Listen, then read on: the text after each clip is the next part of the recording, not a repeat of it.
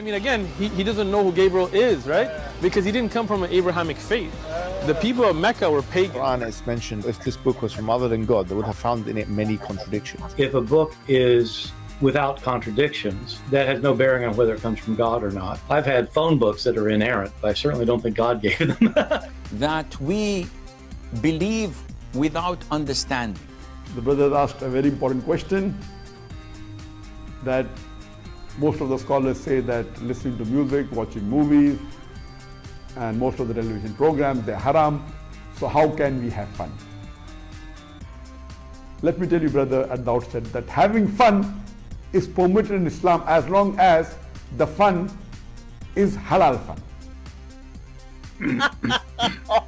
That the standard narrative has holes in it. The Prophet tells us because Satan or the devil sleeps over our nostrils. Those who oversleep and not pray Fajr on time, Satan urinates in their ears. I really do think Jesus was crucified and that he really was dead and buried. He thought that he was a son of God in the sense that he was specially chosen by God. I think Jesus really did think he was going to be the Messiah, the future king of Israel. I mean, that is, after all, why they crucified him.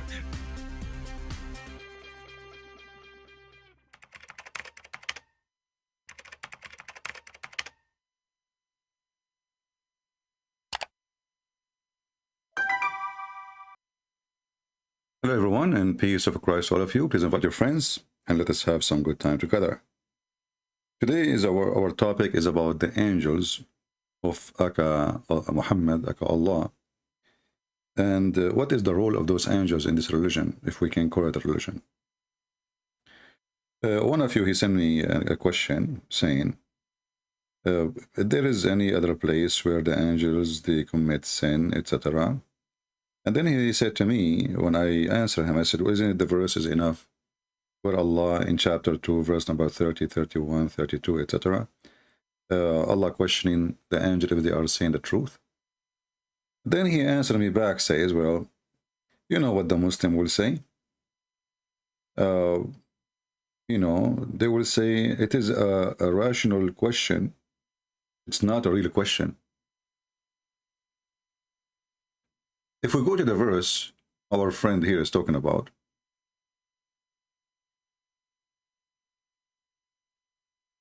chapter 2, verse number 30. It's a rational question, not a real question. So there is a real question, there is a rational question. Okay. I wish that will work when you go and take an exam. So here you notice actually the story in front of you. The story is very silly and very stupid. When your Lord said, this is the Muslim translation, remember, I don't agree with it, to the angels, I am placing a successor in the earth. And this is the first mistake, because how he be successor if there is no previous generation? Khalifa, the word in Arabic Khalifa, is the same as the word caliphate. You know, like al-Baghdadi, he's a caliphate. So he's a caliphate to who? He's a caliphate to Muhammad. And both, they look the same. Both the rape, etc. So how you use the word successor if there is nobody to to take over from being before? So there was Adam before Adam. And then he continues saying, they said, who is they? They, the angels. Will you place in it someone who will cause corruption in it and shed blood while we declare your praises and we praise you, we pray for you, etc. And this is what the question the guy is saying. Well, this is a rational question. Rational.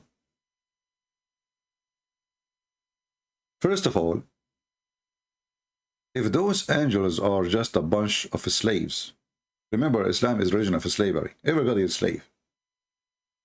And those slaves, they always obey Allah. Is it from the form of obedience to question the boss? And especially this boss is God. Are you? So, if we say this is not even a question, that is a question for if the decision is right. Because they are comparing right away themselves to the one he will create. So, are you going to do this? And we are the one who do this? So, this is a question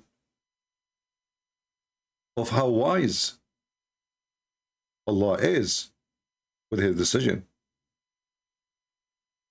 And anyone he will say, I cannot see that, he is just playing games and he is a liar. They are not asking him even why. He's asking him how he will do such a thing when we are the one who praise thee and they are the one who will curse thee. They are the one who will disobey thee. So they are questioning the logic, they are questioning the wisdom, they are questioning the decision. And then the story does not finish here. Allah, he said to them, I know what you know not.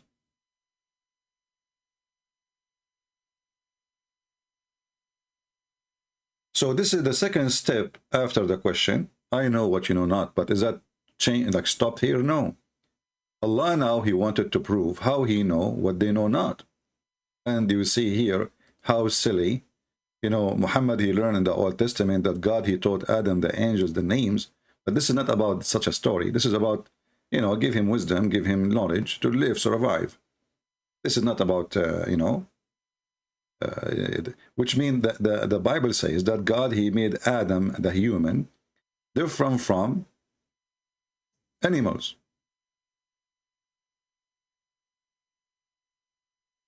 They see object,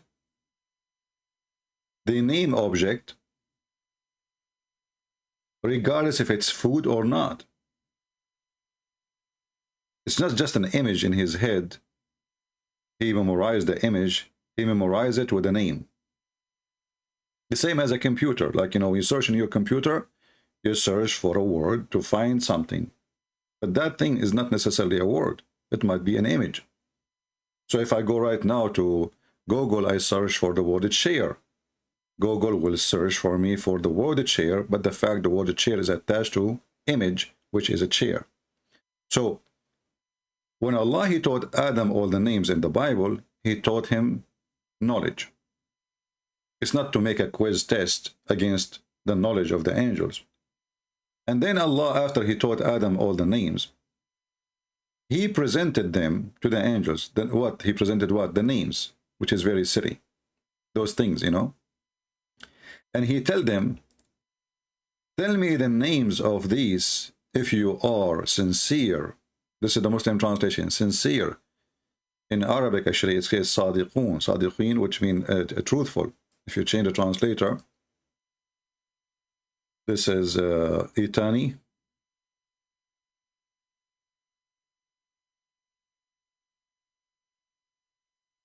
See, if you are truthful, Sadiq is the opposite of a liar.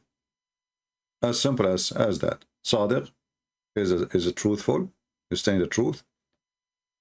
Liar is a liar, somebody is saying a lie. So if you are truthful, tell me the names of those things. So how the angels will be preachers of truth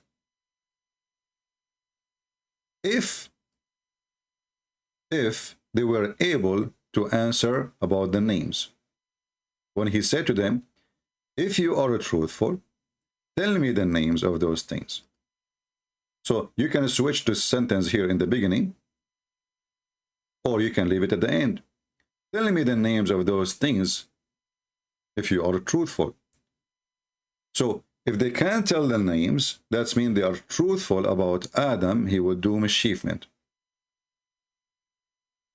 But all of us, we knew that Adam and his children, us, we did mischievement. So the angels, they were right, and Allah is being stupid. Secondly, how in the world you prove that you are the one is knowledgeable? By teaching somebody names, and then you're asking somebody else to tell the names. What about you do the opposite? What about Allah? He said to them, teach Adam some names, and don't tell me about them, and then I will tell you the names. And that will prove that he is the person who knows the unseen. He have knowledge, and nobody can hide from him anything. But what he did is just a silly, is not even a teenage trick. Imagine I say to you, you want to do this, and then you say, okay, I'm going to give I have a dog, I will give him a name. Tell me the name of my dog. And because you could not give the name of the dog, That means you are not smart and you are not truthful. But regardless of how stupid this story is, the verse say clearly, if you are truthful, and if we say, if we take the word sadiqeen, the same word, and we search it in the Quran, I'll copy it in the front of you. I just did. I will put it in the search engine in the front of you. Here we go. And let us see what this word brings to us. Chapter 2, verse number 23. Allah saying to the kuffar who have a doubt about what we revealed, bring a chapter of these and call your witnesses if you are truthful. So isn't it clear that Allah accusing those to be liars? That's what the word sadiqeen mean. If you are sadiqeen, if you in kuntum sadiqeen. The same, we can go to different verses. This is just one. This is the same verse we read, chapter 2, verse number 31. We will skip it because already we read it. Let us go. Chapter 2, verse number 94.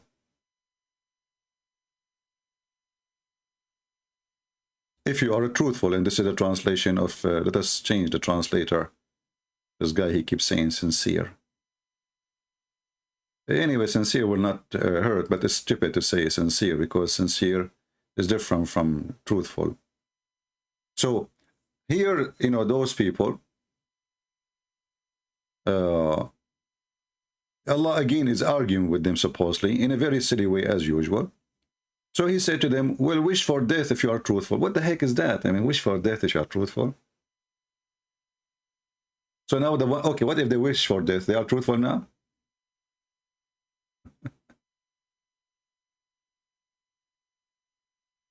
They say that we are going to have the heaven for us.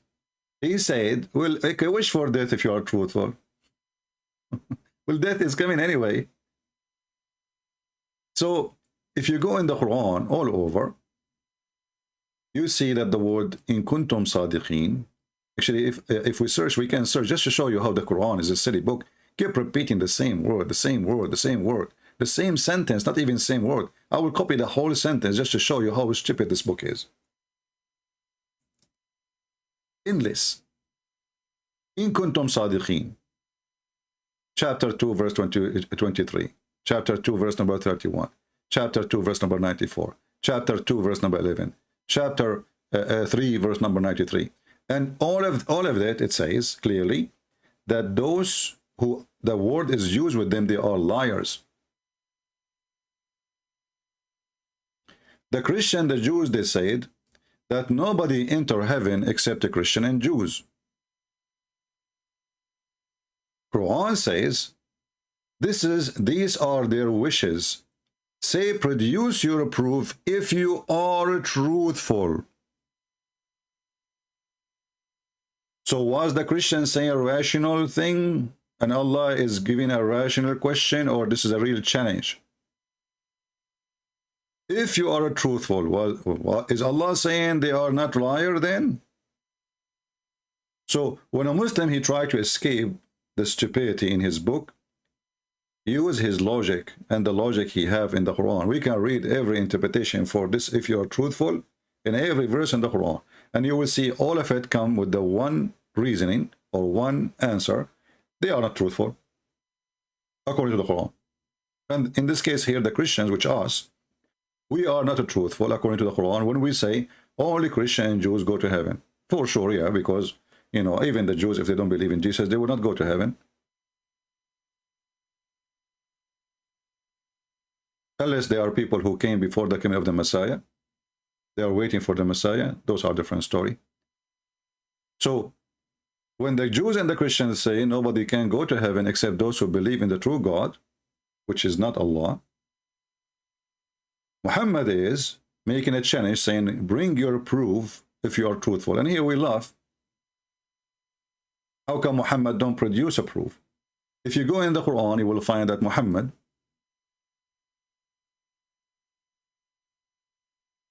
Let us go here.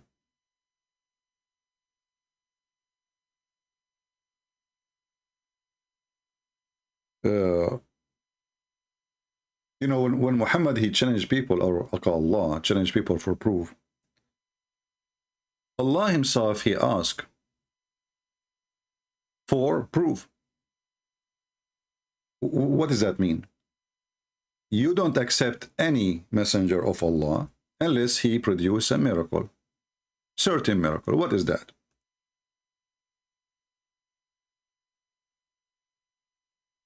Chapter 3, verse number 183. The Jews who said, by the way, it doesn't say in the verse the Jews, but the Jews, it is the Jews, yeah. Those who said, verily Allah has taken our promise not to believe in any messenger, unless he bring us an offering, which the fire from the heaven shall devour, say, verily there come to you messenger before me, which is a clear sign, and even with them, what you speak of, why you did kill them, if you are truthful? Do you see it? So look what happened now. We have a God, he told the Jews not to accept any prophet to be a prophet, unless he make an offering. You see, the verse here doesn't say, oh, Allah did not say that, Allah did not request that. No, no, no, he confirmed actually. And the proof he confirmed it, he says, well, the same as you asked for. The same, you know, this messenger came before Muhammad, and they did the same as exact you asked for. In the beginning here it says, verily Allah has taken our promise not to believe. So Muhammad did not deny that, and even the books of tafsir did not deny that. So Allah, he make a promise, and this is what we will see actually from the time of Adam. From the time of Adam, his children's, both the children's, according to the Muslim story, which is a very funny story, that Adam, he used to have, each time his wife Eve, she gave birth to a twin. One is male and one is female, which means the twin is not male and two male, is one male, one female. Why? Because haram, brother, haram to marry your sister from the same twin. Very funny, very silly religion. So they create up stories. So then when Eve, she gave birth to a twin, and then one of the twin girls, which means two twins now, like one male, one female, one male, one female. The two twins, they were fighting over the pretty girl they want to marry, or, you know, sleep with, and there's no marriage at that time, with the pretty girl, because one of the twin, she have a cross eyes. Don't ask me, this is the Muslim story. So Allah, he told them, he told Adam, let one of them provide an offering, a sacrifice. And the one I accept from him is the one who can take the pretty girl.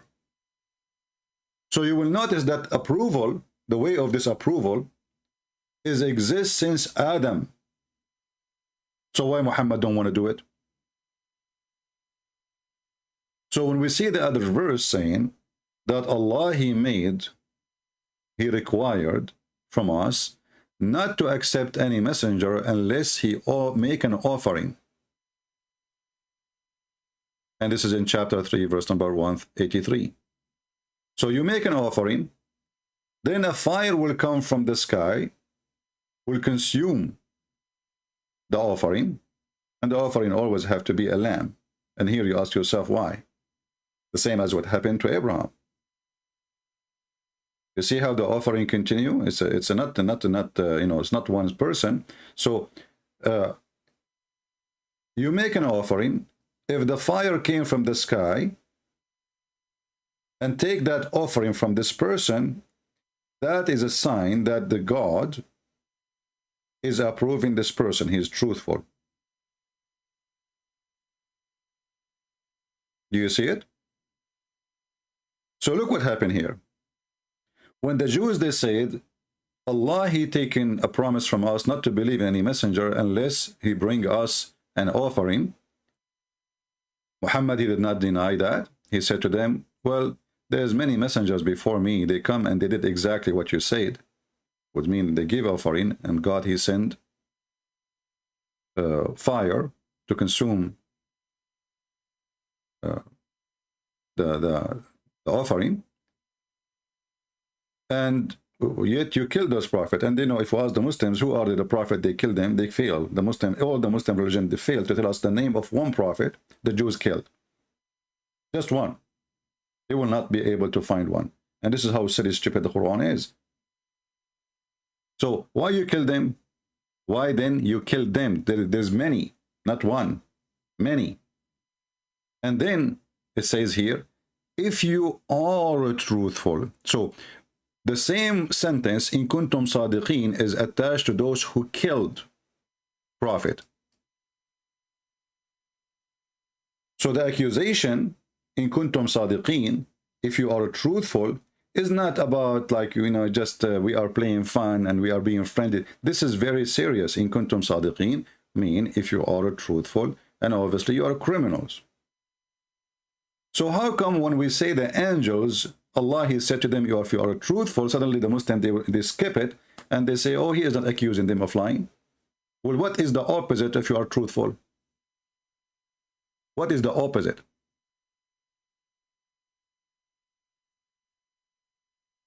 If you are truthful, do Allah knew that they are truthful or not? If the Muslim, they say he do not know, that's mean Allah is not God. If they say he knew, and yet he make the challenge, that means they are not. Because it's going to be stupid of him to challenge how truthful they are if he knew that they are truthful.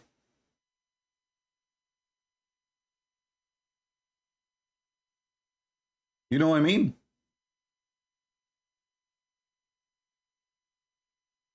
Let us say you have a son. He did something, but you are not sure. So you say to him, well, bring me a witness that you are not the one who broke this thing, if you are truthful. Well, if you are God, you do not need witnesses, and you do not need to make such a challenge to prove that he is truthful, because you know he is truthful or not. So here, actually, when the Muslims, they say this was a rational question, that is a stupid, because now they are destroying the nature of their God. That's mean their God, when he says, if you are truthful, he was not a truthful himself. Because if they are truthful, and you say to them, if you are truthful, that's when you are lying when you suspect how truthful they are. Do we understand? If I know a person, he is very decent, and then I say to him, give me the proof if you are truthful, that's mean myself, I'm not decent with my challenge, because I know already that he is truthful. Anybody don't understand what I'm saying? If I know that you are not the criminal who did this crime, and then I say to you, give me the proof if you are truthful, that's mean I am a deceiving person playing games. I'm not being truthful myself, because I know the truth already. So if Allah is God, how in the world even he asked such a question, if you are truthful? And if he knew that they are truthful and he is asking the question, that make him himself a truthful person. He is just a liar. Because there is no challenge in the challenge. And then you will see that when he said, if you are truthful, he connect that to a condition. What is the condition? Tell me the names of those things. Tell me the names of those things if you are truthful. So if they fail to tell the names, then those angels, they are not truthful. Very simple. They fail. They suffer from bad failure. They say to Allah, how we can know what you did not tell us? And here we see how stupid this drama is. Because if Allah, he knew what he told them, then how the angels, they knew that Adam will do mischievement? If this is not what Allah told them. If you ask a Muslim, do Allah lie? They will say no. Do the angels lie? They say no. Okay, let's read together then. When the angels, they say to Allah, are you going to place therein somebody who will do mischievement?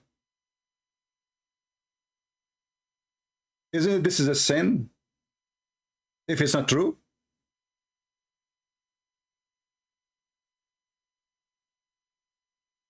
Isn't it a sin to make a gossip or a lie about somebody else? You see, Muslims, they are the last one to understand their book, because they recite, they sing it, you know, they make the voice come from the stomach and the nose, and the voice is spin in the nose, but the voice never spin in the head. It's just in the stomach and in the nose. What the heck is that? We focus in squeezing our body, but we don't focus in squeezing our brain. This is why Muslim brain is priceless, because it's never been used. Brand new. So, will you place therein those who will make mischief therein? If this is a true accusation, then the angels did not commit sin, because that's what he do. If it is not true, that means, obviously, the angels, they commit a big sin. According to the Quran, the angels are not saying truthful thing, as you see, because the Quran says to them, if you are truthful. If you are truthful about what? About this sentence. So, did the angels now made a lie? So, what does this have to do with rational question and not rational? This is a lie. Either it's a lie or it's true. Did they say the truth? If they say the truth, that means they are the truthful, and Allah is the one who is not truthful. Choose one. The second you say the angels, they were truthful, that means Allah himself is not truthful, because he said to them about their accusation to Adam, his answer was, if you are truthful. Truthful about what? About, will you place therein those who will make mischievement therein and shed blood? And here you ask yourself, if the angels know not anything except what Allah told them, where this is coming from? Why the angels are saying something Allah did not teach them? And how they knew? How an angel of God, he knew the future? Do they knew the future? If they knew the future, which Allah do not know, because as you see, Allah said to them, I know what you know not. Do you see how stupid, complicated the story become? It's a story of stupidity. So, if the angels do not know the future, because Allah said to them, I know what you know not, that means they are wrong. And that means they are making false accusation, and that is a big sin. In Islam, if you accuse a woman of her prostitution or adultery, and you don't have 4 witnesses, they see the penis going in and out, they have to see it, by the way. Like if you are a husband, you come home, you found a guy in the top of your wife. Still, you have no proof that she is fornicating. She don't. There's no proof. You cannot even divorce her. I mean, you can divorce her in Islam for any reason, but I mean, you cannot divorce her by that reason.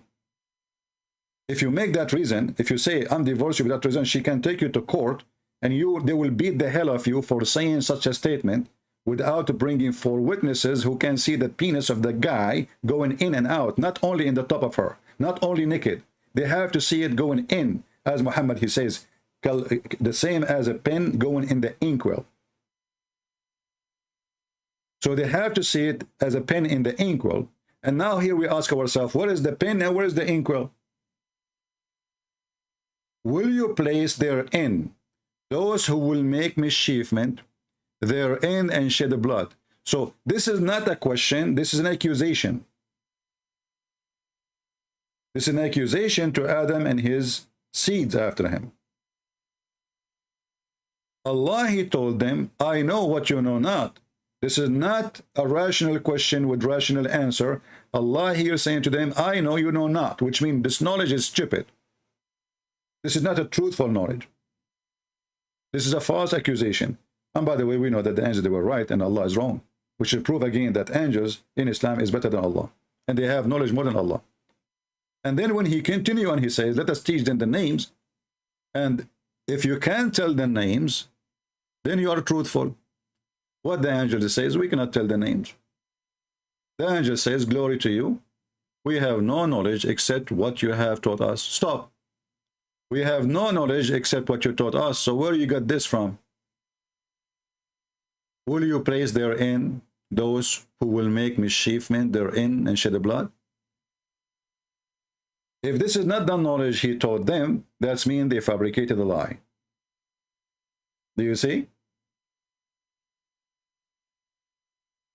The Muslims, you know, because this is Islam is not a religion. Islam is just a guy, his name is Muhammad. He heard the Jews have angels. Okay, I will have angels.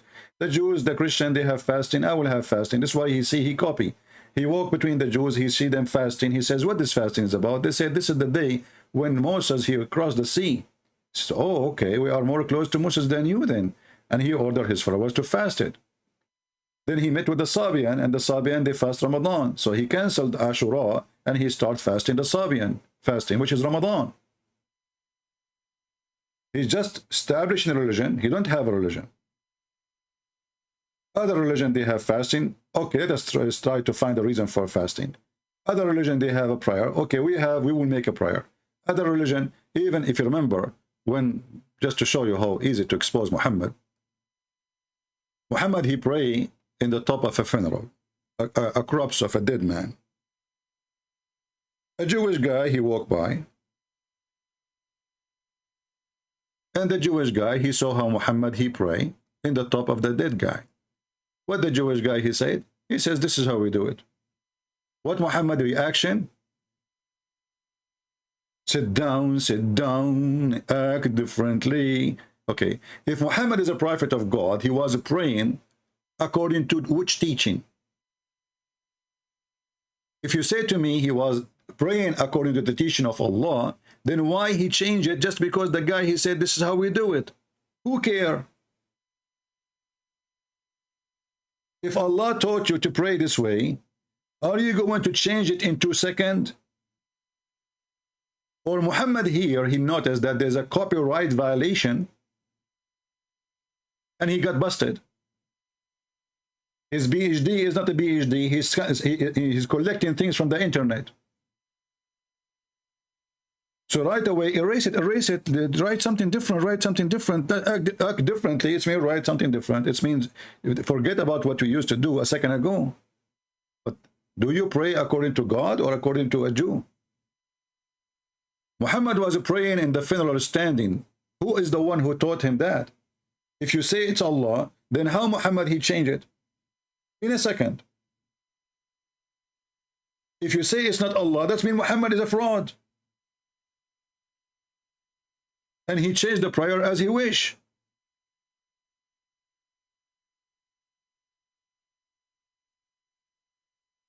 And you see, here we see that when the Quran says, bring your proof if you are truthful. Here we have the proof, Muhammad is a fraud. The same as the story of the punishment of the grave. Muhammad never mentioned it. A Jewish woman, she came to Aisha and she mentioned it. Muhammad went out to the yard. He heard Aisha fighting with a Jewish woman, arguing with her. So he said, what this noise is about? The Aisha, she said, well, this woman, she is saying there is a punishment in the grave. And look what Muhammad, where he got his punishment for a grave from. The reason Allah will torture you in the grave because of urine. Why? Because a Jewish woman, she said so. A Jewish woman, she said, if you piss and piss touch your feet, God will torture you in the grave. This is something they say to the children, so the children will keep themselves clean. This is not true. The stupid Muhammad, he took it serious. So the Jewish, they teach their children when they are kids, some like, fictions, just to keep them clean. Don't piss in your shoes. Don't piss in your feet, you stupid. God will torture you in the grave, okay? Okay, mom. And then the kid, he will learn how to not be careful when he piss. Muhammad, he took it seriously. And now it become part of Islamic religion. And here you will see the proof in front of you. Aisha told the Jews who visit and mention the punishment of the grave, she told her that you're a liar. And she said to Muhammad, is it true? He said, yeah, it's true.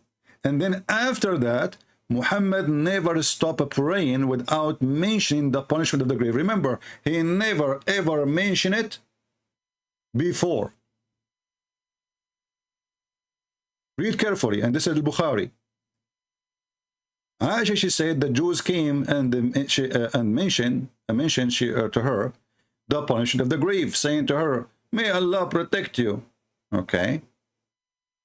From the punishment of the grave, Aisha then asked Allah Messenger.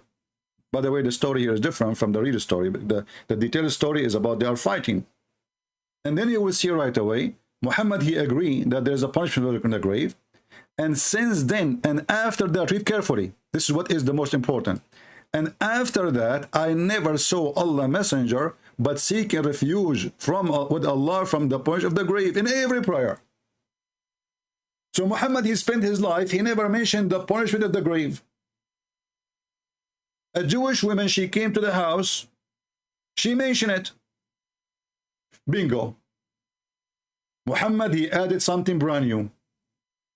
He learned today from the Jews that there is a punishment of the grave. Let us add it to the religion. And the proof in front of you. And after that, I never heard, I never saw Muhammad praying without saying, I seek refuge from the punishment. So how come before you never seek refuge from the punishment of the grave? Because he just learned it from the Jews. He never. So going back to our topic, everything here is a fraud. If you are truthful, all over the Quran, and you will see that Muhammad himself is not truthful, because if you are truthful, can you give us a proof that this is coming from God? If you are truthful, why God is being stupid here? Like as an example, God, he sent two angels. Their name is Harut and Marut. And what is their business? Is to teach magic. If there is any proof that there is two angels in the Babylon, they came down and opened Harry Potter school?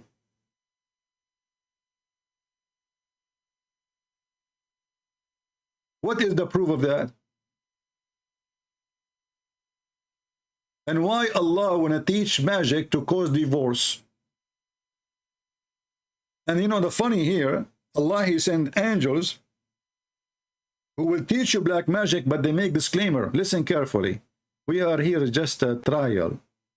So why you open a school of a trial?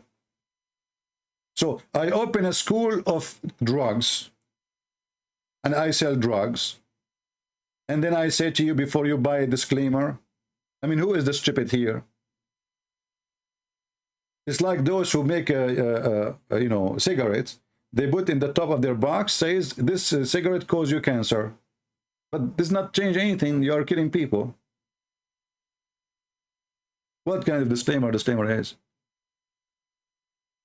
So Harut and Marut is two angels were sent down to this earth, and according to Muslims, they commit sin. And this is other part of the story here. The Muslims, they say, no, they did not commit sin. Let us go to your Muslim website. And you will say to you that the hadith about Harut and Marut, they had sex with a woman, her name is Venus, is a lie. Those are not Sahih hadith. Those are not Sahih hadith.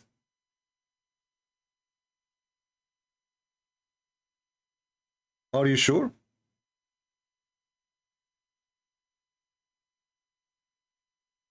It's not Sahih. This is islamweb.net. And this is the question number. Actually, this is the book, not the question here. الدر المنثور الإمام جلال الدين عبد الرحمن بن عبد بكر السيوطي. Volume number 1, page number 508. Allah has a statement, Harut wa Marut. And here he is giving you all the reference, and you will see how they lie when they say that those stories are not sahih. It says clearly that those are sahih. So in YouTube, those hadith are not sahih. In their books, it is sahih. Because it's an embarrassment. وأخرج الحاكم وصححه عن طريق سعيد بن جبير. It is a sahih. What is sahih? That Allah, he sent 2 angels. From his angels, Harut and Marut. They ask Allah to go down to the earth. So he sent them down. And they used to be like judging between the people. And when night come, they say few words like shashu, kakaku, shashasha, like password, you know, magic. And they go to the sky. And then Allah, he sent them a woman. She is so good looking. And he made them horny. And they start asking her to do boom boom. And they keep asking her to take off her panty. And then she promised them a promise, like a date for the sex date. And then she said, give me the 2 words you say so you can go to heaven. And then they told her the word. And when she went up to heaven, Allah, he made her a star. It's called Venus. Is that sahih or da'if? Sahih. I will give you the link. You can open it yourself and you can read yourself. You can go where it says here, like here it says 511, the line after it, 511, down beneath.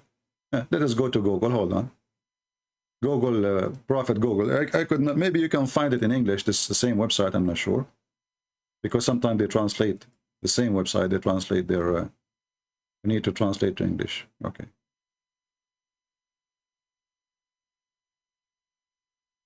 Let us see where is 511 to follow. Here we go. This is 511. So the line is going to be underneath of it.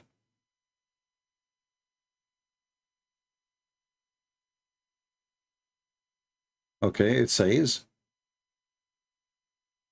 Al-Hakam narrated and corrected. It's a correct. Do you see it says corrected? Corrected means it's authentic. Sahahahu. It's a sahih. The word sahih means correct. And corrected. And this is the narration.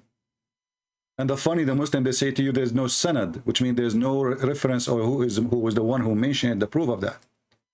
And then you will see that Allah, he sent those 2 angels and he gave them the temptation. They got horny and he sent the women, the most beautiful women, to them, and they wanted to have boom boom with her. And the woman, she was very picky. She said, you have to do a few things before you can do boom boom. And you have to tell me, if you want to go boom boom with me, you have to tell me the password to go to heaven. So then they gave her the password and she went up to heaven. And when she went up to heaven, Allah, he received a fax that there is somebody passing by so fast. So Allah, he cursed her and he made her a star. And that star is called Venus. And as you see, all those references mention the same story. All of them.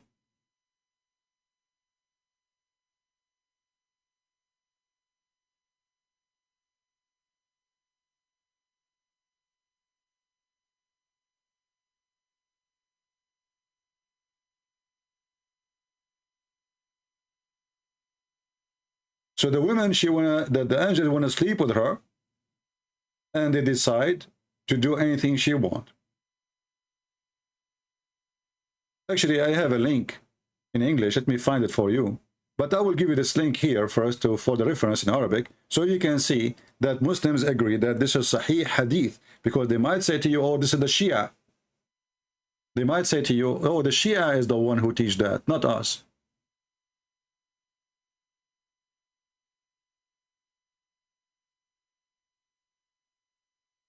This is the story of Harut and Marut. And you will see that this is a real story, according to Muslims. And really, the woman, her name is Venus, the goddess of sex.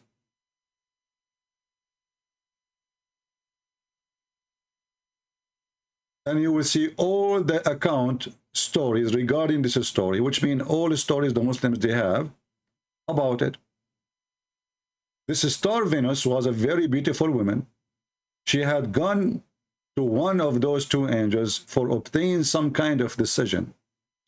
At the very sight of her, the angel fell of love, for sure. I mean, she is Venus, come on. You know, this is not Nancy, but Lucy. Come on.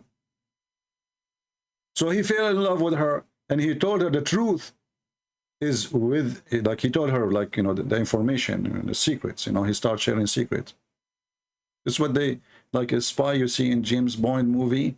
You know, James Bond, like they send him a woman, she is so beautiful. James Bond, he kisses all women, and all women, they go in love with him right away. But in this case here, James Bond is Venus. Just take a note. And you will see here the old stories. I mean, all of them is about the angels doing commit sin, they want to fornicate, etc. So when the Muslims, they say the angels don't commit sin, that is stupid, because the Quran confirm it. And Allah, he punished them actually in the Quran. He ordered them to bow down to Adam. The Muslim, they say, well, no. Allah, he ordered Adam, the angels to bow down to Adam for the sake of respect. How you respect someone, he's a sinner? Why the angels who don't commit sin will bow down to someone who commits sin? So the bowing down, in fact, it was a penalty. After they fail to recite the names, and they give up, they says, we do not know, it's you. And then Allah, he said to them, to the angels, bow down to Adam. So it was a penalty. And you will notice here that according to Islam, Satan, he refused to bow down to Adam. That means Satan is more decent than the angels. Because why an angel will bow down to a man? And if the angels never commit sin, as the Abdul they claim, then why they are bowing down to someone who commits sin? Actually, the verse in the front of us, the same chapter, speaking about Adam committing sin. So Allah, he says to Adam, go on your wife and dwell in the heaven. Wonderful. Don't eat from this tree. Wonderful. Muhammad copying the Jews. And then here you say Shaitan, he made them slip, therefore, so they commit sin. But this is exactly what the angel, they say, that those guys, they are going to commit sin. And you will see that the Muslim, they claim that Allah, when he sent Adam down to earth, he did not send them down as a penalty. They claim that Allah, he did not send angels down, Adam and Eve down as a penalty. This is only in Christianity. But the Muslim here, they are lying about their religion too, showing their ignorance, because how you say such a thing?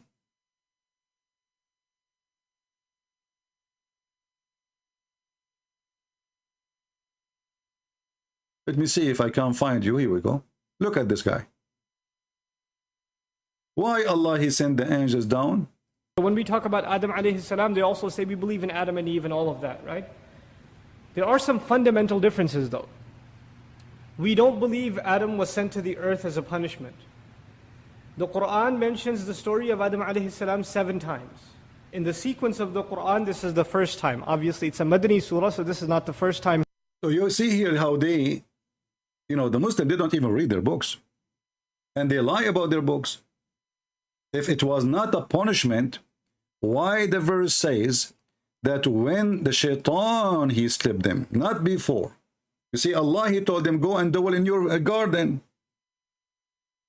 So the garden of Adam and Eve in Islam is different from the garden of Adam and Eve in Christianity. Muhammad is a fraud, is a stupid. The garden of Adam and Eve in Christianity, it's down in earth. It is in the ground. It's a garden. It's not really a heaven, like it's in the sky, something in the sky. It's a garden in the earth. So, but here we see that when Shaitan, he made them slip. Then, read carefully, then the Shaitan made them slip therefrom the paradise. I mean, look at this. The guy, he just said in Islam, Adam and Eve did not, were not cut out because of sin. So what is this? And get them out from that in which they were. We said, get down. So Allah, he said, get down. You see here the word. Actually, I remember once there was a big sheikh from Lebanon. He's a potato. I made shish kebab of him, and the coward, after we posted the debate in YouTube, he flagged it. He sent like 1,000 people because people, they were laughing at him for the stupidity he have, because he claimed that in Islam, the garden of Adam and Eve is not in heaven. It is in earth, like the Bible. I told him, Abdul, your beard is long. You have a long, he's a terrorist. You know, this guy is a real terrorist. He's from the city of Tripoli in Lebanon. So the coward, when his followers, they noticed how bad the mistake and how bad the debate was, they went to YouTube and they flagged that this is a violation for personal rights. Privacy. I mean, it's a public debate in the internet and privacy. That's what YouTube told me. So get down. They get down where? Why? Get down because they slip. So they say to you, no, not because we just heard the guy saying that it's not because of sin they were kicked out. So get down from it. And then not only that, he brought curse on them, all with enmity between yourself. So it was a penalty. They lie. This is why we say never, never, never, never learn Islam from Muslims. And here you see the stupidity again. Then Adam, he started asking Allah for forgiveness. And this is the story, if you remember, when Adam, he said to Allah, forgive me for the sake of Muhammad. Allah said to Adam, how in the world you know about Muhammad when I created him? Not yet. Adam, he said to him, when you created me, I left up my head and I found the name of Muhammad written in your chair. And I said to myself, there's no way Allah will rejoin the name of a man beside his name is unless it is the most beloved person to him. So Allah forgive Adam. But still the penalty is there. Get down. And you will notice that get down as a penalty, it is coming twice. Verse number 36 is chapter number 2. Adam prayed for Allah, asking for forgiveness in the name of Muhammad. Allah forgive him. Still, get down. So the paradise was not in earth in Islam, and paradise was a reward, and earth was not a reward. Because Shaitan, he slipped them and now go down. Until guidance come to you. So that means that Adam is out of guidance. And that proves that Adam cannot be a prophet. This is stupid from the Muslim to say that he is a prophet. If he's a prophet, why is waiting for guidance? Who is the one bring guidance? And right away you will see that the guidance is the children of Israel. If you remember in the hadith,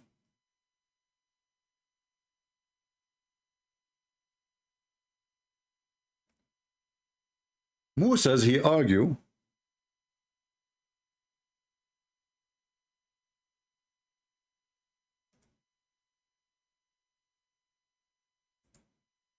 with Adam.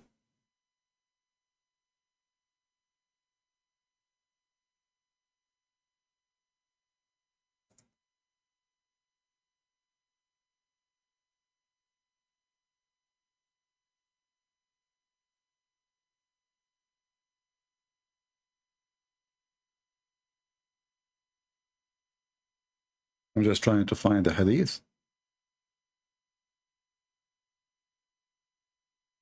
And this is al-Bukhari. Adam, he said to Moses, Sorry, Musa says to Adam, he argued with him, and here you ask yourself, how in the world Adam and Musa they are meeting? Because according to Islam, nobody is alive except Jesus. All the prophets are dead. The Quran says, قَدْ خَلَتْ مِنْ قَبْلِهُ الرُّسُلُ. All the messengers before him, they died. So Moses and Adam, they argue, and Musa says to Adam, because of you, we are out of heaven. So why? Because of you. Because of your sin. The word actually sin is there in front of you. Because of your sin. Do you see it? Because of your sin. So when the Muslim, they say, this is why I call those people in YouTube, they are not teachers really. They claim to be sheikhs, but they are potatoes. They don't even know their books. We are out of paradise because of your sin.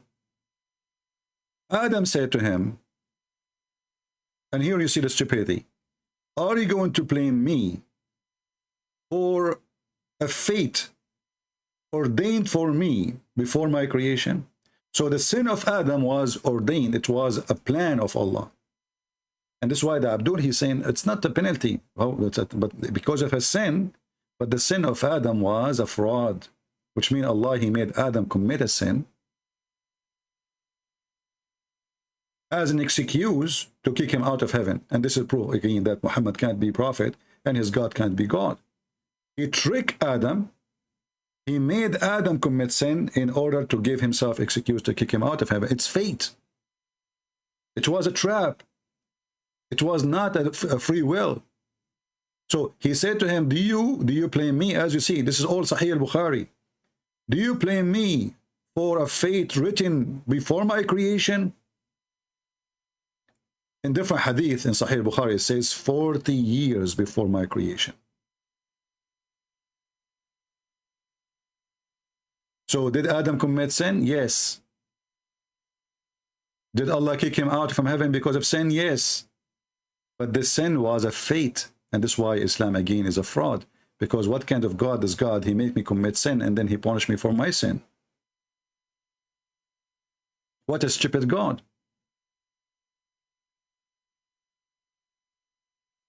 And this is why if you go in the Quran, you will see the Quran saying that Shaitan himself is a victim of Allah. So the Shaitan, he says, when you deceive me, أغويتني. أغويتني mean you deceive me. Chapter 7, verse number 16. Because you deceive me, the Muslim he translated as send you astray. And it's close, but it's a fabrication of translation. But send me astray. Who is the one who sent Shaitan astray? Allah. Because you deceive me, I'm going to deceive them. I will set for them in every corner. And you will see here, this is the same story about Adam and Eve. This is how stupid the Quran is, by the way, because you find the story all over. This is exactly the same story.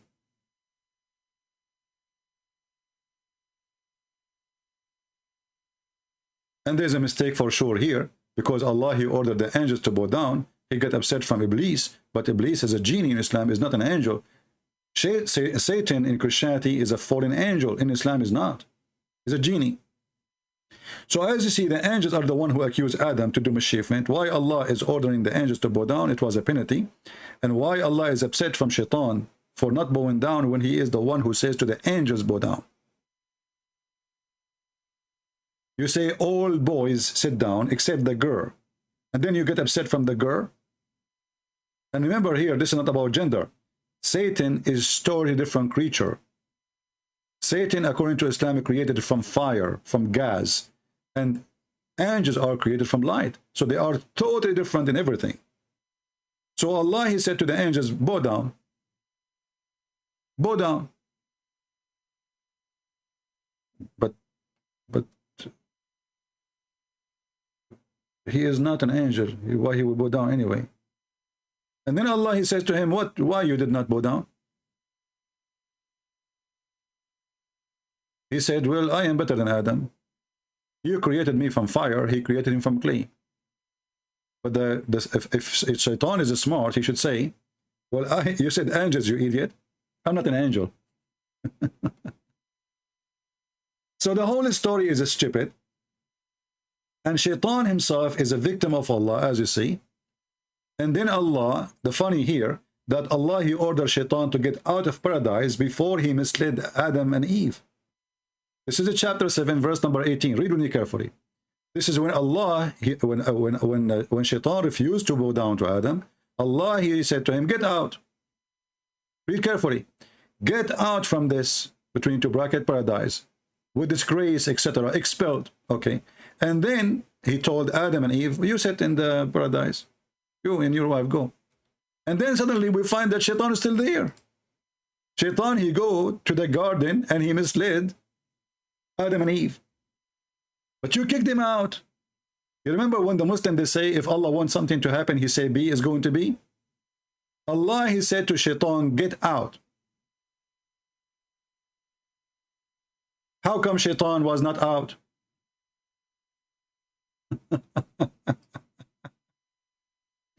So, you know, when we say Islam is just a silly, stupid religion, you know, all what you need just to do, just connect the information together and you will see how it's stupid.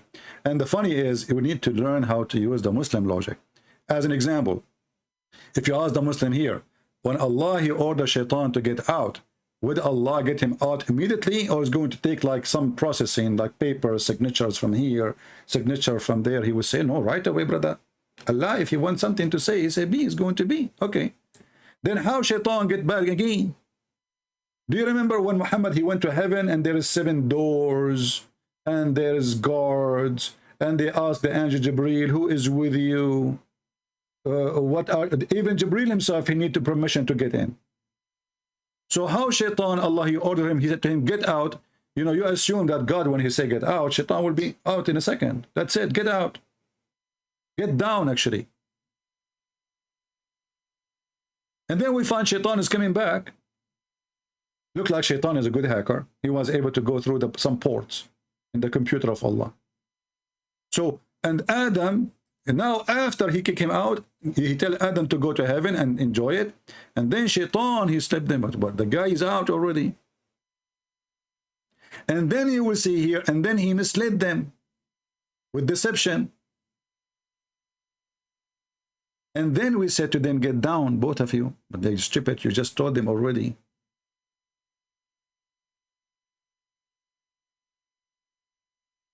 Read. He told them again, get down. You said get down. Get out. So my friend, when the Muslims, they say that when the angels, they were questioning the decision of Allah, this was not a real question, that is a stupid. Because if it's not really a question, then why Allah is making a quiz test? And that means that Allah, he did not even know the difference between really question and not really question, because he took it seriously, and he wanted to prove to them that he knew what they know not. In the same time, in the top of that, if Allah, he knew the truth, that they are liars, and he said to them, tell me the truth if you are truthful, that is really funny. If Allah, he knew the answer of the angels, that angel will say, oh Allah, it's you who knows everything, we do not know. So what is this about? And why the angels, they are questioning decision? Isn't it this is a sin? And why the angels are assuming that Adam and Eve, they will do mischievement? Isn't it a sin to accuse somebody before he commits sin to do sin? Because this will be gossip. What is gossip? Gossip is to say lies about somebody, something not true. And Allah, he confirmed that it's not true by saying if you are truthful. So when the Muslim, they try to escape it, we have all the reference. We have the story of Harut and Marut. We have from the book of the Sunni. We have from the book of the Shia. We have it from the Quran. And all of it is leading us that Allah, he got the wrong angels. And when the Quran says if you are truthful, that means they aren't truthful. If Allah don't mean what he say, that they are truthful or not, that means the Quran is stupid. Because if they are truthful, and then Allah, he says to them, if you are truthful, that means Quran is stupid. Are they truthful or not? If they are truthful, and Allah making a challenge saying to them, if you are truthful. In this translation, he says, if you are right. So they are wrong. You see how the Quran changed, just changing the translator? There's a huge difference between right and truthful. Sadiqeen is about truthful. Tell me the names if you are truthful. So Allah making false challenge then? And they are making false accusation. But false accusation is a sin by itself. If this is not what he will do, that is a lie. And lie is a sin. An angel should not lie. So, how easy to prove that Allah got the wrong angels? Obviously, none of them is an angel. Allah is not God. Muhammad is the prophet. And Islam is just a collection of fairy tale stories. Zafar, he want to answer? Okay, let me open my Skype. Give me a second. Yeah, this guy is so excited to answer me. Let us see.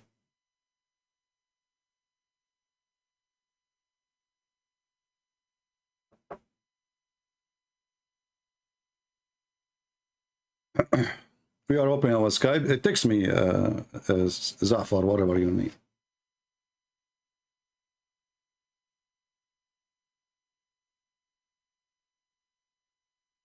Text me, what's your name?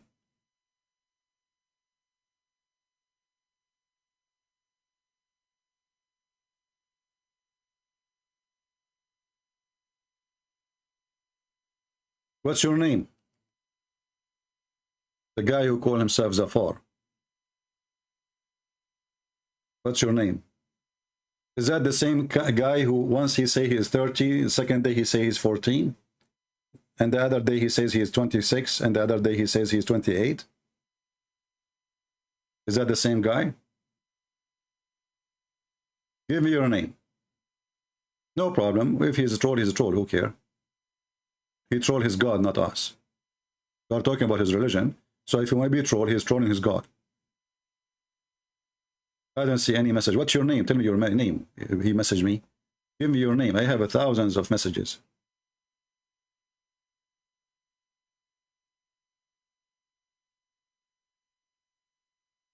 Is your name is Abbas?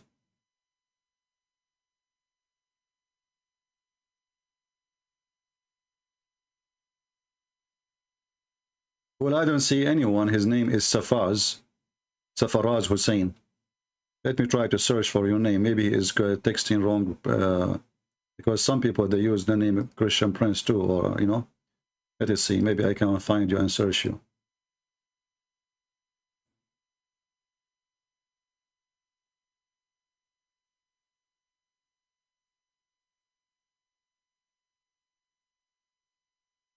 Okay, which one of those is yours? Let us see.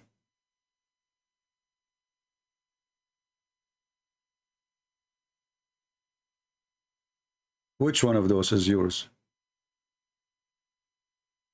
Safaraz Hussein, Basafuli, Great Britain.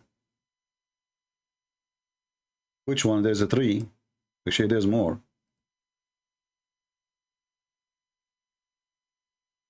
Tariq Hussein.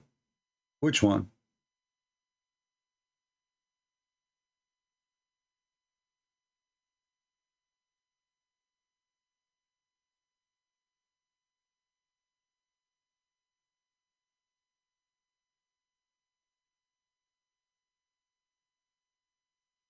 Let us see. Hold on. Maybe this guy in a blacklist, because you know sometimes I block kids.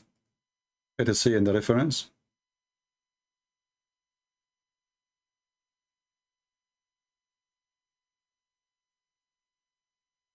We go to Sa, letter S.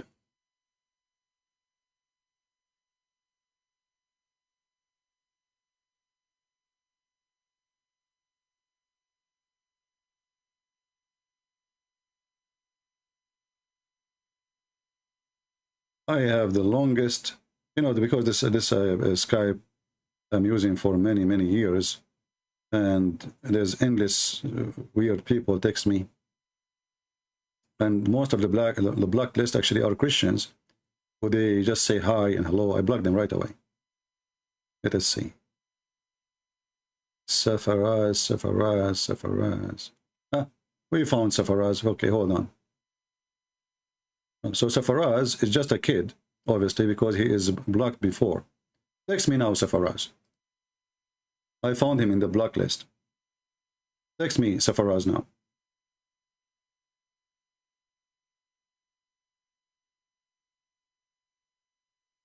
Ask him to text me. I found his name in the blocked list.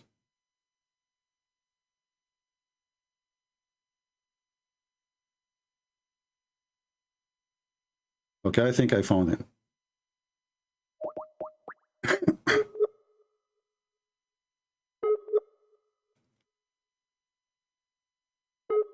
We will see what Safaraz can do. He will take Safari right now.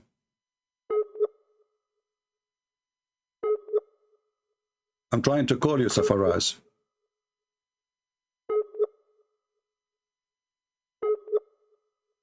Yeah, it's not working. Let's try again. It says last time seen 2 days ago. So how you are texting me? Oh, you have two names? He have two names. He have two Safaraz. Okay, let's try this one.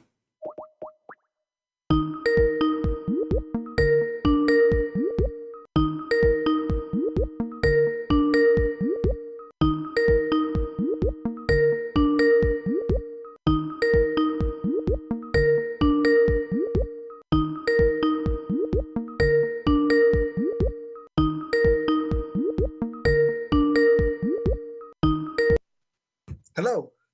Hello, Safaraz. How are you? CP, you alright, yeah? Sorry? Are you okay, yeah? Oh, sure, I'm okay. Are you okay? Are you yourself?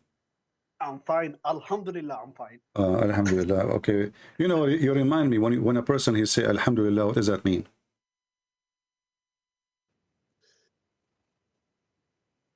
What does that mean when you say Alhamdulillah? It means all praise to Allah. All So, praise to okay, I will go. So, thank you. So, guys, when you say Alhamdulillah, it means all praise to Allah. So, why Allah, he says all praise to Allah? Why Allah, he say Alhamdulillah?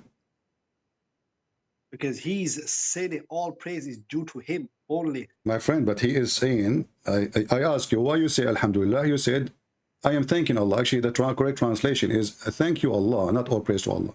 Alhamdulillah is thanks to Allah. So, all thanks to Allah. So why Allah, he says all thanks to Allah if he's Allah? Because it's like me saying to people, yeah, all praise to me, Zubair the king. But he, he is thanking himself.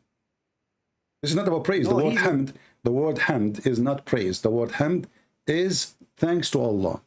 So Allah saying thank you to Allah. Why? He's not talking to himself. So he's talking to who? There's nobody.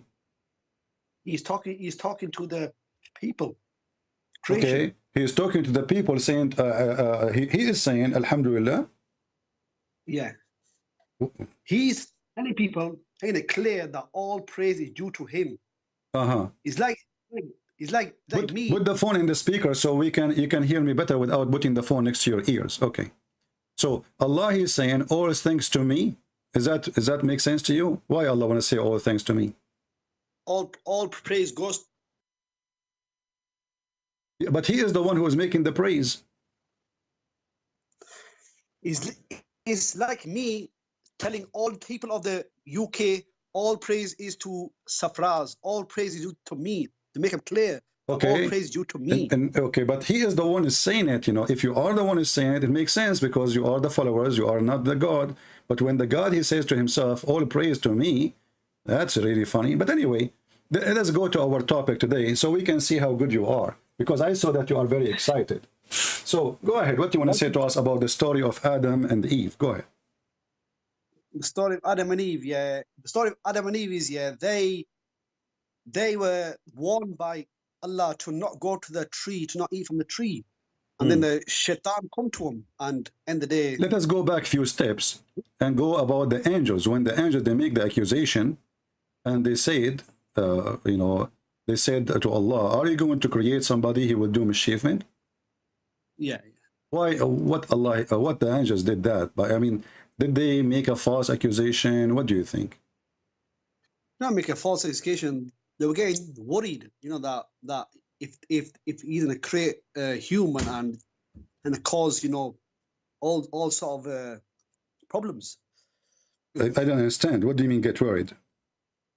They were worried that like the humans will be created and then the world's getting, you know, in chaos, you know, everything chaos. Okay, I can tell you are very smart. So now you are saying that they got worried that Allah making a wrong decision. No, but they are angels. They don't know what's right and wrong. So they were Exactly. So they were wrong about Allah. They thought Allah is doing a wrong decision because you said, not me, this is your words. They were worried. They are worried about what? They are worried that Adam and Eve, they will do mischievement. Okay. So they were worried that the decision Allah is making is a bad decision. They were just questioning. That's all it is. They are questioning. Okay, they're questioning how wise is Allah, because you just said to me they were worried about such a decision. Yeah. So that was their worry, correct? Yeah. Okay, so the angels believe that Allah is not smart enough, and they were questioning, they were worried, and I'm using your word, they were worried about how smart Allah is. So they were saying to him, are you going to do this? So they are trying to give him advice, correct? Not giving advice. They were just scared. That's it for the angels. They are scared because Allah is making a wrong decision. No, he's not making a wrong decision. But you just said they are worried what? About creating Adam. And what is their worry? What is their worry? What they are worried from, you said? They were worried in case the humans will, you know, cause corruption. Exactly. Okay, so the angels, they are worried that Allah making a stupid decision, and this decision will cause chaos. You will create somebody, and those bodies, they are going to do mischief and bloodshed. So they are trying to correct Allah before it's too late. They were not. But Allah already knew that these humans in the future are gonna cause corruption anyway. He knew. He already knew, obviously. So, okay, if he knew, then why he said to them, when they said that to him, he said, tell me the names of those things if you are truthful. So if he knew that this is what they would do, then he should agree with them. But Allah did not agree with them. Did Allah agree with the angels that Adam would do mischievement? No. Okay, so you are saying to me, Allah, he knew what they know not, and they knew that they are wrong. And their worry is a false worry. But the fact is, Adam and Eve, they would do mischievement. So Allah was a wrong God, and the angels they are the God, because angels, they knew the future. Allah do not know the future. Who was right in here, Safaraz? Who is right? Allah or the angels? Allah was right. How Allah is right? He said to them, no, I know you do not know what are you talking about. You know not, I know what you know not. And he told them that you are not truthful. So what? Okay, when Allah said to them, if you are truthful, he was accusing them of what? Of this sentence, will you place therein those who will make mischievement therein and shed blood? So he is saying to them, you are not truthful. Oh my, what are confusing. He's just telling him end of the day that you people don't know. You angels don't have a cover. You do not know what? Eh? You do not know what? Anything. You don't know about exactly. Anything. You do not know anything, including what? Including that Adam will do mischievement. Oh my word. He's telling him end of the day, you know, it's not your right to say what's right and wrong, you know? Okay, no problem. It's not your right. So, okay, are you saying now that the angels, they made a mistake when they say this is wrong? They just questioned. No, look what you just said. You just said that Allah is saying to them, it is not your right to say what is right and what's wrong. So you admitted that the angels accusing Allah of doing something wrong. They were just telling Allah, are you going to create these things that are going to cause corruption in the future? My friend, focus in your dish, the dish you just provide to me. You just said they are worried about that he will do wrong. So Allah is saying to them, you know not. So the angels, they are worried about him doing wrong by creating the angels. This is what you say to me. So they are worried about them, they will do wrong. And that's mean that Allah is making wrong decision. And they are worried about that. And you said to me, Allah is saying to them, it's not up to you to decide what is right and what's wrong. So did the angels make a mistake and sin when they decide what's wrong and what's right to Allah? Obviously, yes. Because you said that, you said, it's not, Allah said to them, it's not up to you to say what is right and what is wrong. Correct? Yeah. Okay. Is it sin to tell God what's right, what's wrong? Can we tell God you are wrong? Can you tell him you are right? Can you tell him it's up to us? No, obviously no. Exactly. That's mean the angels are sinners. They're not sinners. They question. Well, you just, yeah. Is it right to question the decision of God? It's like bloody Noah. Noah and people, yeah. Noah run. Run where? Noah hate these people, and he would complain to God. He would complain to him. These people never. What does have to do with my question, my friend? Listen, focus with me. When you said that Allah, He is saying to them, it's not up to you to tell me what is right and what's wrong. Did you say that? Allah is saying, end of the day, I know what's right and wrong. Simple. Okay, but you said He don't want them to say what is right, what's wrong to Him. So the angels, they already made that decision, and they decide to say this is wrong. Well, that was their opinion. Okay, so this is opinion. Okay, I will go with you. So the opinion of the angels was that Allah is doing wrong. Yeah.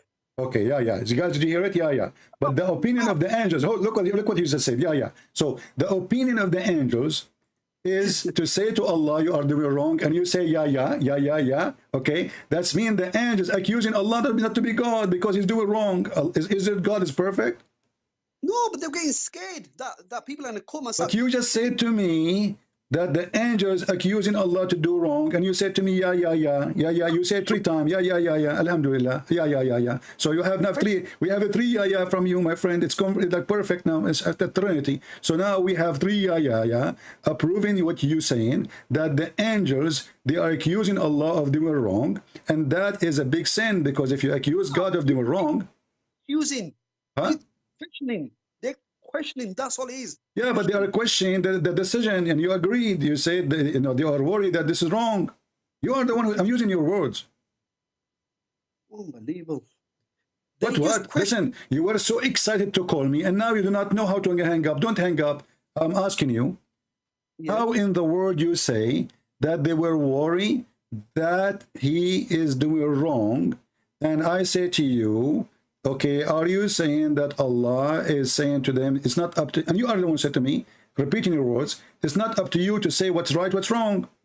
So you are saying to me that the angels are saying this is wrong, and Allah is saying to them, it's not up to you. And you agree that the angels are accusing Allah of doing wrong. So angels are not really being angels now, because they are questioning the stability of the mind of this God. He is doing something stupid. But they did not know the outcome of it all. They did not know the future. Exactly. That's make them even more stupid, because if they do not know the future, where they get this information from? This is why I'm saying they were just worrying. That's all. Okay, so the angels, they went to sleep, and they saw a bunch of dreams, all of them. They dreamed the same dream, that there is a guy and his wife is Eve. They will go to Walmart and they will do shoplifting, and they will do steal, and they will Eve, she will put some stuff in her bra, and Adam, he will put some toilet papers in his pant, and they will steal, and they will do bloodshed, they will kill some people in their way, So how they knew that? You said to me they are worried. Okay, how they knew that? How the angels knew the future of the unseen? They knew, they were just questioning that these humans that they create, that could cause corruption. That's all it is, CP. No, it's not only corruption. Look, read carefully. It says they will make mischief and shed blood. It's not about just mischievement. It's shed blood. So they will be criminals. So you are saying to me they are just worried. Okay, I'm asking you where they got their worry from. How they knew the future of Adam and his seeds. Well, they knew. Simple. What do you mean knew? I'm asking you. You tell me how they knew. See, I mean, the Muslim, he answered me now. Look, he refuted me. They knew, simple, that's it. Well, if they do not know the future, how they knew? There's something wrong in the story here. If the angels are not God, and if your God is the God, if the God is the only one in Islam who knows the unseen, correct? Yeah. Okay. How they knew that the unseen, which nobody saw yet, and Adam is not even created yet. He just told them, I will create somebody. He's not even exist. So how they knew the unseen and they knew the future? Go ahead. They might be guessing. Yeah, CP, guessing. They were playing lotto, so they were guessing that he would do mischievement, they will shed the blood, and they were right, because later Adam and his children, they did. Yeah. So they were right and Allah's wrong. No, Allah was not wrong. What do you mean not wrong? Allah said to them, "You are truthful." This is what they said to him. They said, "He will do mischievement, he will do shed the blood." And Allah, he said to them, "I know what you know not," which means what you know is not true. And he confirmed that by saying, "Well, tell me the names of those things if you are truthful." So not only he accused them they do not know, he accused them to be a bunch of liars. Oh my word! You don't understand his verse. You don't understand his verse. My friend, you are the genius. You are the one who said they were worried and they were guessing. Yeah. Okay, but their guess come to be true. Yeah. Okay, but Allah, that means Allah is wrong, because Allah got upset from them for the accusing Adam that he would do mischievement. Allah is question said, "Who are you to say they didn't do this and that?" Okay, who are you? So when Allah, he said to them, "Who are you?" Was Allah angry from them? You question. You say, you just reply to him. Say, end the day that that you have no right to say what's wrong and right. Okay, so when Allah, he said to them, "You have no right," that's mean the angels, they violated their right limit, correct? Yeah, but you kind of See how silly what you just said? You just said that the angels commit sin and they broke the command of Allah to be totally obedient. They just question him. Yeah, you just said Allah is telling them it's not your right. It's not your right. So they did not, they over their right and they passed their limit. And if you pass your limit with God, you go to hell. No, you don't go to hell. Like where they will go? Where they will go? Yeah? Where they will go? Who the angels? Yeah, the angels, where they will go in the end of the time. Anywhere. The angels don't go to heaven and don't go to hell. Well, isn't it your God Allah will slaughter the angel? His name is death. No, the jinns and humans are going to be in heaven and hell. I'm asking you, is it true that Allah will slaughter the angel? His name is death. That is not a Sahih hadith. Who decided that this is not Sahih? That's not Sahih. Who said that? Sheikh of mine. Sheikh who? I question the Sheikh. Which Sheikh? Which Sheikh? I'm not mentioning his name. But you know who the Sheikh is, but I'm not mentioning his name. But he told me that hadith is fake. It's not even real. That the angels are deaf. It is not real. Okay. But the jinns and humans are being hell. And simple. There's no angels being hell. The jinn and the human in hell. Yeah, you and your people are going to be in hell. Let us see who is going to be in hell. Well, the Quran says a Christian, they will go to heaven. Oh, are you sure about that? Yeah. You want to show you? You want to show you? Read chapter 5, verse 72 to 75, and let's see who's going to go to hell. Okay, I will go to the verse you choose for me, but are you sure you will not be sorry for choosing it? Chapter 5, verse 72 to 75. Okay, but are you sure that you will not be sorry for choosing this chapter? No. Okay, so in chapter 5, verse number what? 72 to 75. Okay, are you sure you will not be sorry again? I repeat. No. Okay, let us go to 72. Here we go. Mind your screen. All right, read the verse for us. Wait, let me make my screen ready.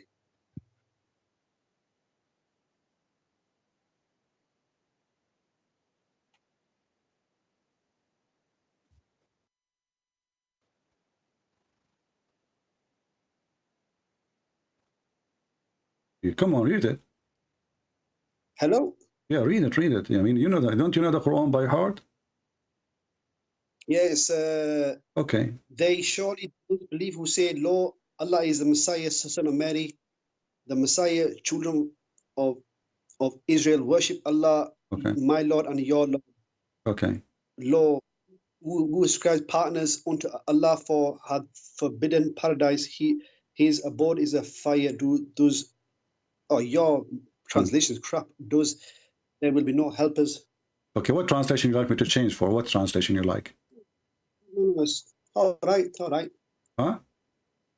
No, it's all right. It's okay? David, for you? It's okay? Yeah. Okay. Yeah. So look what happened now. I asked you 3 times You will not be sorry for choosing this verse? You said no, and you laugh. Look what happened now. It says, surely disbelieve those who say Allah is the Messiah. So if the Christian, they say Allah is the Messiah, how it says here, those who take partner with him? If they say that Allah is the Messiah, that means they are not taking partners. That means he is God himself. He is Allah. You see, taking, hold on, taking partner is saying the Messiah and Allah, they are God. But if they say that the Messiah is Allah, that is a stupid statement to say they are taking partner, because they are not saying there's additional person. They are saying he is the same person. No, it says they surely disbelieve who say. I know Allah when they say it. Focus with me. Focus, Zafar. You know, eat hummus. Listen. Surely disbelieve those who say Allah is the Messiah. They don't say Allah and the Messiah. They say Allah is the Messiah. So how that is taking partner if they are saying that Allah is the Messiah himself? They're saying that Jesus, that you Christians are calling Jesus Allah. Exactly, but that means he is not a partner. He is replacing the God. This is not partner. Partner is taking Allah and somebody else with him. Like the Muslim, they do. The Muslim, they have Shahada. They associate the name of Muhammad with the name of Allah. We Christian, according to the Quran here, we say that the Messiah, he is Allah himself. So how that is taking partner? So this is a stupid statement in the Quran. And I ask you, I warn you, that is a stupid. Secondly, if the Christian, they believe that the Messiah is Allah, who is the second person, who is the third person in the Trinity? The third person is obviously the Holy Spirit. Are you crazy or what? What's that? Are you crazy or what? What do you mean? Isn't it the Quran says that the Christian, they worship Jesus and his mother? No. That's chapter 5, verse 116. Huh? That's chapter 5, verse 116. And does it the Quran says that the Christian, they worship Jesus and his mother? That verse says, Allah says to Jesus that, did you tell the people to worship you and Mary? Exactly. So how you say to me the Holy Spirit? So in the Quran, there's no Holy Spirit. So look what happened now. In the Quran, there's nowhere as a far. Your knowledge is equal to 0 to me. In front of me, you know that. You know your limit. And I'm asking you, can you show me a verse in the Quran? It says that the Christian believe that the Holy Spirit is part of the Trinity.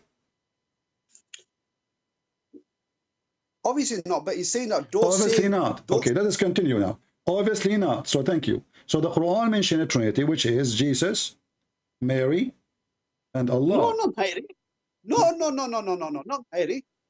Not Mary. You're the one who says to me, go to chapter 5, verse what? 106, you said? I said chapter 5, verse 106 is, a different story compared to this. What the different story? Okay, read the story. It says, did you say to your people to worship me and my mother? Yeah, because okay. So worshipper, Catholics worship her. That's a lie. There's no Catholic worship Mary. That's a lie. That's a lie. That's a lie. You can open right now any website of the Catholic and you will see the Trinity is the Trinity for all the churches. Father, the Son, the Holy Spirit, and there's no Mary. I'm not saying Mary's part of Trinity. I'm just saying that they worship her. They don't worship Mary. This is a lie. They ask Mary. They ask Mary to pray for them. They don't pray to Mary. They pray to an idol. They pray to idol every day. You see, you are trying to change the topic. So you Muslim, you pray to idols, you front in idols, you bow down to idols, and you kiss idols, and you believe idols will save you. But no Catholic believe that Mary is an idol, and no Catholic believe that an idol will save his sin, and no Catholic believe that Mary will take him to heaven. Catholic believe that God will take them to heaven. Jesus will forgive them. Focus with me. So you kiss a black stone, and you are trying to change the topic. I'm asking you. In the Quran, when the Quran says, did you ask your people to say to worship me and my mother? Yeah. Okay, did Allah make a mistake? No. Okay, so what is the Trinity? The Trinity is in chapter 4, verse 171. Chapter what? Chapter 4, verse 171. 171? Chapter 4, verse 171, I'm sure. Chapter 5. No. 4. Chapter 4, verse 171. That's Okay. complete. All right. Chapter 4, guys. Chapter 4, verse 171. It says that's about the Trinity, right? But why have you moved on from chapter 5? No, we are not. We are not. We are. You know, you are the one who moved me here. Okay. Just to show you. Okay, hold on. Chapter 4, 171. You asked me a question. Where did it say that? Okay, hold on. Yeah, we want to see. You see, we are here to learn from you. Okay, here we go. Where in the Quran it says that the Trinity is not Mary? Read carefully. This is Mary. This is not Mary. The one. Okay, you are the one who says to me that this is the verse you want to read. Read it. It says that don't say 3, and he mentioned the name of Mary in the verse. He did not say 3 he did not mention Mary in chapter 4, verse 171. Okay, but in different verse, does he say that, did you say to me and my people to worship me and my mother? That's a complete different story. Okay, That's so what is the verse in the Quran tell us the Trinity of the Christians? The chapter 4, verse 171. Where is the Trinity there? It says about Jesus only. Allah is saying, don't say Trinity. Exactly. I'm saying, what is the Trinity? Where in the Quran we can learn what the Trinity? Well, Allah knows what you're doing. Allah knows exactly what you are doing. He knows. We just saw that the angels, they knew and Allah do not know. So what do you mean Allah he knew? Allah knows everything. No, he do not, because the angels, they said, are you going to create somebody who would do mischievement? He said to them, I know what you know not. And then we find out that the angels, they were right and Allah is wrong. He's not wrong. He's not wrong. Never wrong. But okay, did Adam commit did Adam did mischievement? Huh? Yes. Did Adam, okay, so that means they are right. You are the one who said to me they were guessing, and they were right. But Allah did not say to him that you are wrong. What he's saying, he just no. Not only he said to them you are wrong, he said to them you are liars, because he said to them in kuntum sadiqin. What sadiqin mean? I don't know Arabic, to be honest. Sadiqin mean truthful. Don't you know Abu Bakr as-Siddiq? Siddiq. Okay. So he is the one who believed. So if you are truthful, tell me those names. So they are not truthful. They were able to tell the names. No. So they are untruthful. So when your God Allah, he made a challenge saying, if you are truthful, tell me the names. And then they could not tell the names. Did Allah make a wrong challenge to prove nothing, or he proved something? No, he was telling angels. He made it clear to him, who are you to say to me that I'm doing right and wrong? Simple. So again, you are repeating what you said to me. Who are you to say to me what is right, what's wrong? So the angels, they accuse Allah of doing wrong. They're not accusing, they question him. It is you who said to me a second ago, he is saying to them, it's not up to you to tell me what is right, what's wrong. So this is what they said. They are telling him what's right, what's wrong. They were saying to him that they were getting worried that why, you said to me a second ago, he is saying to them, it's not up to you to say to me what's right, what's wrong. You forgot? Yeah, I know that. Okay, so the angels, according to you, they told Allah this is wrong and this is right. So the angels is giving command to Allah. They're not getting a command. They're just getting worried. CP, man.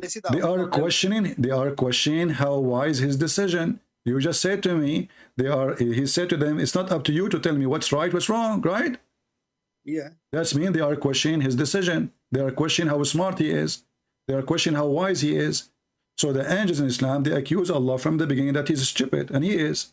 No, he was stupid. He didn't, right? Okay, let us talk about stupidity. Are you smart? Yeah, I'm all right. Okay.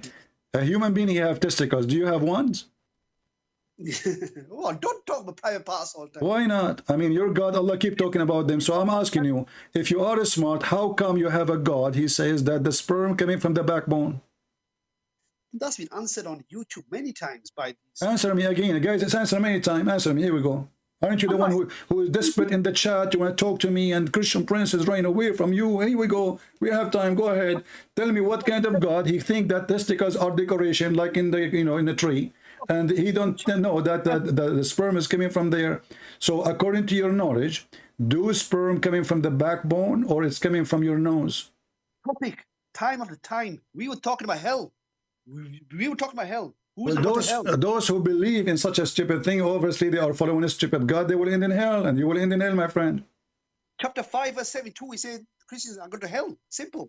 Okay, Simple. okay, hold on. Christians will go to hell because they say that the Messiah is Allah, correct? Yes. But there's no Christians say that. The Arabs call... No, it doesn't say, hold on, you see, you're just being Abdul again. You said the Christian, they say, you do not say the Arab. Now you're trying to fix it. I am an Arab. And we Christian Arab, we don't say that the Messiah is Allah. Actually, we don't believe in Allah anyway.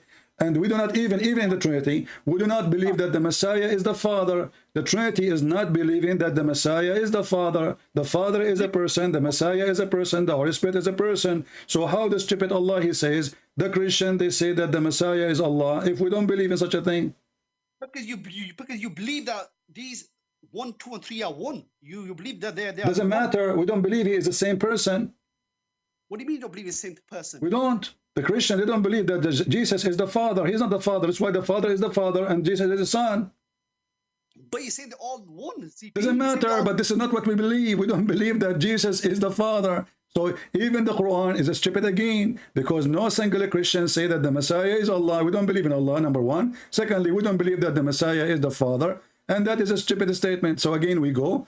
You will go to hell, and you are trying to avoid the question, what kind of God he claimed to be God? He says that you as a sperm, as a semen, when you were in the backbone of your father, you know. Topic, man, come on. Don't you topic here, man. What we will say, you agreed already with my first topic that Allah is a stupid, because you told me, he said to them, it's not up to you to say what's right, what's wrong. So they are accusing Allah to be wrong. And that's it. We got the goal. So you agreed that the angels were giving details to Allah not to do, what to do, what not to do. And Allah was saying to them, it's not up to you. See, people got more important things to talk about than hell. We got hell. Yeah, okay, let us talk about hell. Is it true that Allah will insert in your anus a chain? Oh my word, look at this. What? The main important topic is who is going to hell? The Muslims or okay, who is going to go to hell? All Muslims, the Quran says, وَمَا مِنْكُمُ إِلَّا وَارِدُهَا. Do you know what does that mean? Huh? You are a Muslim, right? Yeah. So you Muslim, when you go around like rich people, you speak like trying to speak Arabic to fool them, to make you sound like Arab. This alhamdulillah, mashallah. But the second we read for you something from the Quran, you have no idea what I'm saying. Is it the Quran says وَمَا مِنْكُمُ إِلَّا وَارِدُهَا? Speak well, I don't know Arabic, obviously. I don't know Arabic. Okay, so what you say mashallah in Arabic? These are small words. Okay, small. Let's go to the small one then.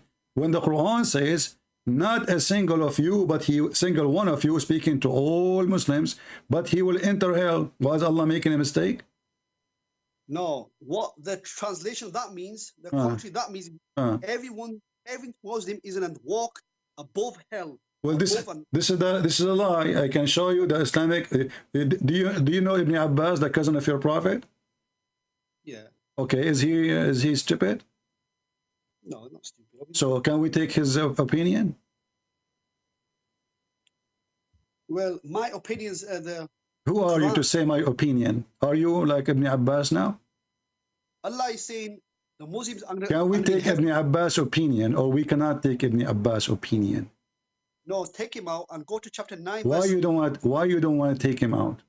Yeah, because the Quran, Allah says that we are going to be in heaven. Chapter 9. Read for me. Here we go. This is Ibn Abbas, and this is the official government website of the Kingdom of Jordan. Read for me. It says, not one of you, but he will enter hell. Read it. Read it.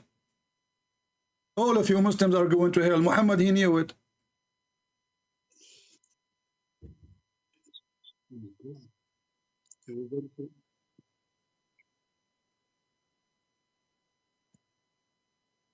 Where is he? What's this hadith? What hadith? This is interpretation of the Quran. Ibn Abbas, it says in Tanwir al-Miqbas, Tafsir Ibn Abbas. Approach is not a single one to the exclusion of the prophets and messages, save that he will enter hell. There is not one of you but shall approach it. So all of you will enter hell except the prophet. Good for me, Arabian prophet. My name is Arabian prophet, so I will not go there, but you will go there. Your parents will go there. Your family will go there. All the Muslims will go there. And the Quran confirm it. Not according to chapter 9, verse 72. My friend, you are quoting for me to a contradiction, because the Quran is a stupid book. So in one verse it says you will go to heaven, and now not even one of you, but he will enter hell. It's a destiny. It says it's a destiny. Hukman maqdiya. It is a destiny. It's a decree. It's a decree. Do you see? It says a decree. A decree must necessarily take place. Read. Do you know how to read English? You do not know Arabic. So do you know English? It says it's a decree that must necessarily take place. Do you see it? That's Abbas. I'm talking about what the Prophet said. The Prophet and Allah says. Well, this is what Allah said too. This is the Quran. The Quran is saying that. Chapter 9, verse 72. Allah is the saying, Quran saying it is a destiny. It is a destiny. It is a destiny. Not a single one of you, but he will enter hell. Allah has promised the believing men and women gardens beneath which rivers flow, okay, which they will abide eternally. Chapter 9, verse 72. Okay, let me show you this. Verse 72. Okay, heaven. I want you to read this for me. If you pray to Allah, if you fast, if you kill some Christian and some Jews, are you going to go to heaven? If you what? Fast. If you be a good Muslim, like you start raping, killing, stealing, you know, being a Muslim, are you going to go to heaven? Guaranteed. And go to heaven for that, raping. Yeah, because you're Muslim, you've been ordered to go and attack the Christian, the Jews, get the blonde girls. You know, isn't it Muhammad, he told you go and attack the Romans so you can get the blonde girls? So now listen, the hadith in front of you is da'if. It says here that a person, Muhammad swear by Allah, saying, I swear by Allah, that a person of you, he will do the act of people of paradise. And he keep doing that until there is a distance of 2 cubits between him and paradise. And 2 arms, sorry. And then, or 2 cubits, yeah. And then before he enter paradise, Allah, Allah he wrote for him, will take place, and he will start acting like people of hell, and he go to hell. And the opposite, and he says, I swear by Allah, that one of you will act the people of hell, until there's 2 arms between him and hell. And then what Allah wrote for him will take a place, and he will enter heaven. So in Islam, there's no deed and being Muslim, not Muslim. It's what Allah wrote for you before he created you. Is that correct? I did not say to you that everyone is going to heaven. This is not the question. Focus on me, Zafar. Focus. A Muslim, he cannot focus. He's a Muslim. You know, come on. Listen. He said, you will do the deeds of paradise every day in your life until you are almost in the door. And then what Allah he wrote for you will make you go to hell. Read it. And then he said the other person, he will do the deeds of hell every day in his life until there is a distance of 2 meters between you and the gate of hell. And then what Allah wrote for you will overcome, and he will start acting like people of paradise, and he go to paradise. So in Islam, it's not what you do, it says your fate. Is that true? My word, what is this? Hadith? Yeah, this is Da'if hadith. Daif or Sahih? Daif, like you. Why you reading me a Daif hadith? I like Daif. What's wrong with Daif? What's wrong with you? The reason I'm talking to you because you are Daif. Because our Prophet said in Sahih Bukhari that whoever believes in Jesus and Muhammad. So are you saying now you believe in Al-Bukhari? You accept Al-Bukhari? Bukhari, let me give you a hadith here. No, do you accept Al-Bukhari? I thought Bukhari is a weak hadith book. The Bukhari is the highest of hadiths. Is the highest? Are you sure? Let me quote you a hadith. Well, I am quoting you from Al-Bukhari, Abdul. This is Al-Bukhari in front of you. I was just making, playing with you. This is Al-Bukhari. And now you said this is the highest, so you cannot deny it now. Al-Bukhari, hadith number 6594. Yeah, let me see. No, let me see. The soul is breathed into him and the last person among you. By the way, people like to see you in the camera. They said they are very handsome. I don't know. I'm on the camera. I never knew I'm on the camera. Your camera was on for the last 2 hours. Was it? Yeah, I will show you in the bathroom too. Well, you should have bloody cut my screen off, CP, man. How I know that it's you who turned the camera on? It's not my business. Where's the bloody camera on this? I don't know where the bloody camera is. It's your phone. It's not me who could touch your phone. You do not know what you're touching. This is why you should not. This is why you should not give a phone to a Muslim. You don't know what he's doing. No, I got a new phone today. You see, we are the Christians. We are the one who make things. Muslim, they use them and they miss it around. Anyway, next time before you call me, say inshallah. Now focus with me al-Bukhari. You said the Bukhari is the highest, and this is al-Bukhari saying that you will go to hell. There's no guarantee you will go to heaven. It says it's what Allah He wrote for you before He created you. Yeah, yes. Yeah. Okay, so all Islam is a fiction because it's not you praying or not praying. It's just not you doing jihad. All the lies Muhammad He promised you, if you do jihad, if you do pray, if you practice this, practice that, it was a joke. At the end of the day, it is your fate. It's not what you do. No, it's not. It's in front of you. Read it. And by the way, your camera is on again. Where the heck is this phone? Yeah, I've just bought this phone. Sit on it, Zafar. Sit on it. This way we will see your ass. We don't see your face. Read the hadith in front of you. It's in front of you saying that it's what Allah He decide. It's what Allah He decree. It's not up to you. The guy, he is almost there, and then what Allah wrote for him will take over. It's up to Allah.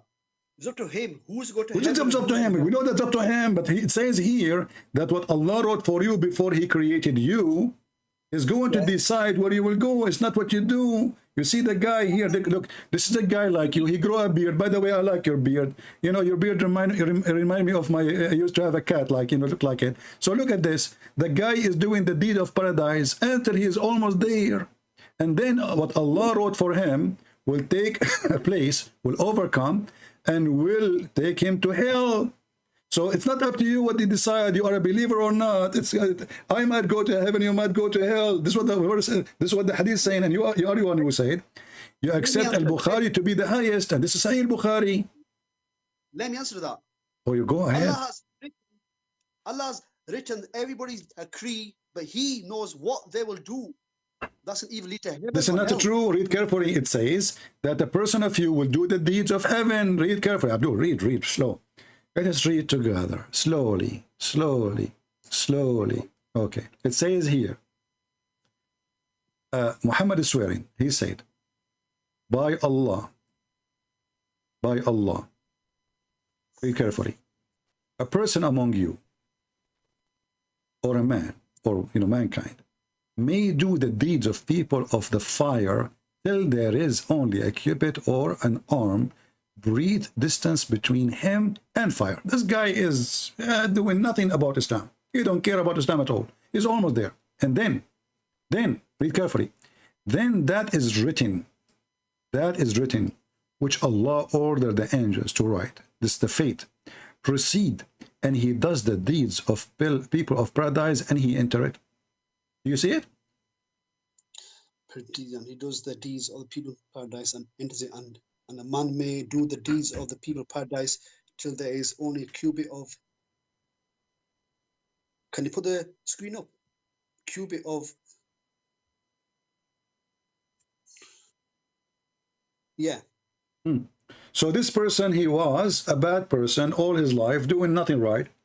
And then the fate which is written, not his decision, the fate which Allah He wrote for him will take over, proceed, and then he go to heaven.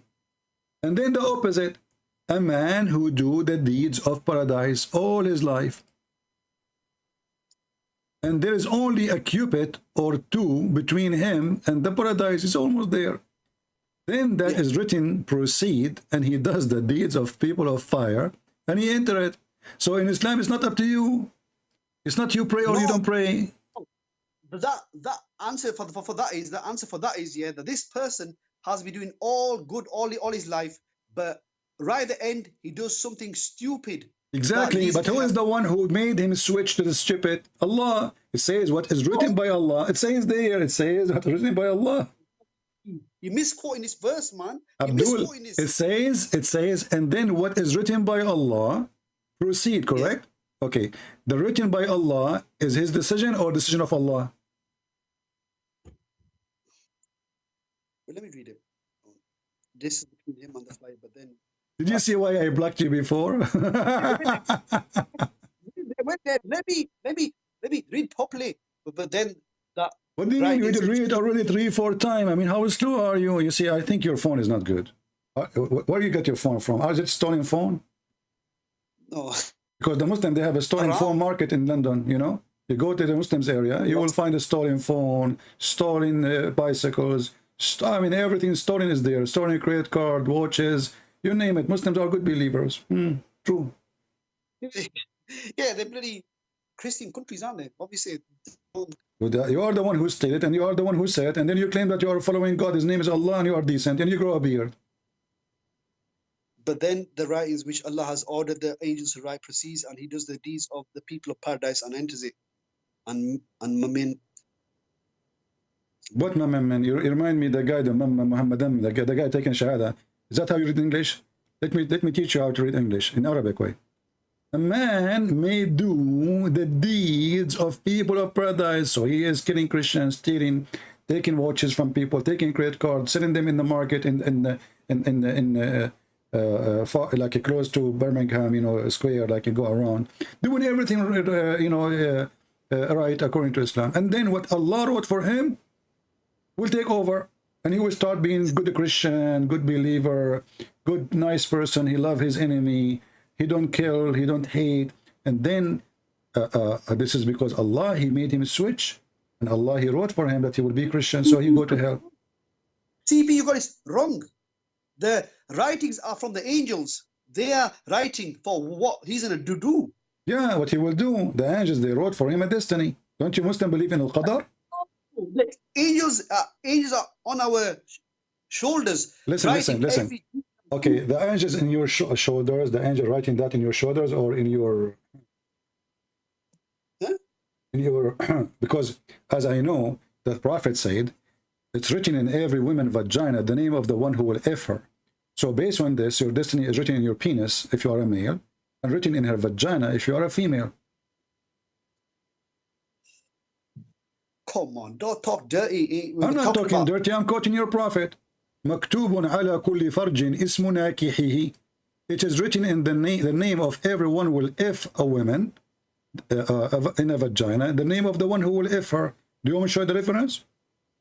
No, forget that. That's Why no? So you are saying to me, you know, don't speak dirty. So your Prophet speaking dirty, and then you accuse me speaking dirty, like you are Mimi Hijab. He says to me, how you say, you know, you are sexual predator because I was quoting for your sister who was accusing Jesus to do sexual things with his mother, the filthy Mimi Hijab, saying to me, he is asking her to suck her boobs. Everybody knows what we are debating, like you now.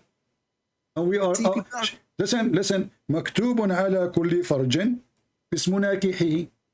So, did your Prophet says that, or I'm making things up?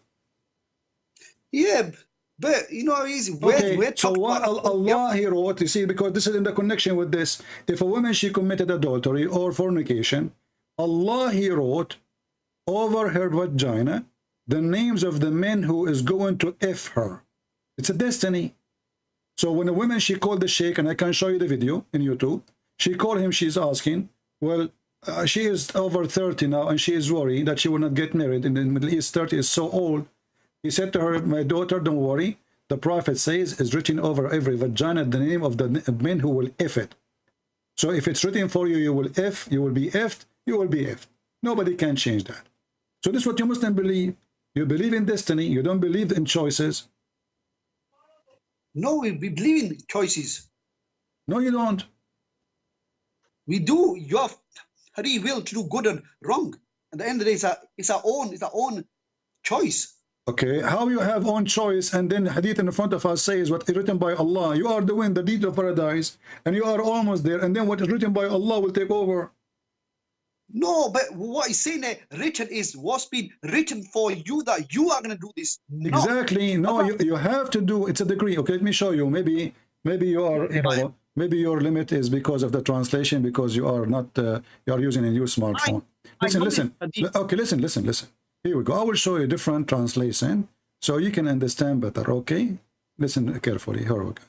Okay, then we will see. It says here. Okay. Read carefully. That will make it even better. Read with me. It says here that what is destiny will take over. Then, when suddenly the written of destiny overcome him, overcome his will, and began to act like the people of hell, and he entered hell. So the destiny is not your choice. Do you write your destiny, or Allah write your destiny? Until there remains between him and heaven a distance of Cupid, writing of that the writings of destiny overcome him, and then he begins to act like the people of paradise. And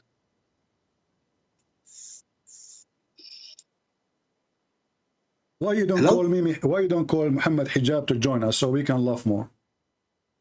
There's no about laughing more. Well, we will see. Call Muhammad Hijab. I challenge you. Call him right now. Let him join us. This coward who run away, and let us see all those potatoes in UK. All of them called him right now. I am the only Christian here, and all of you with the beard. And let everybody laugh. Let us see what they can do. Open talk. The same way we are doing. Call them. Let us see. They don't talk to you, but you bloody speak. They don't dare to talk to me. This is an excuse. They don't dare. They are afraid what will happen. Like what happened to you now. Look what happened to you. So I'm asking you, I'm giving you a chance. Do you like to call them to seek help? I'm here. Are they men enough to join us in a conversation?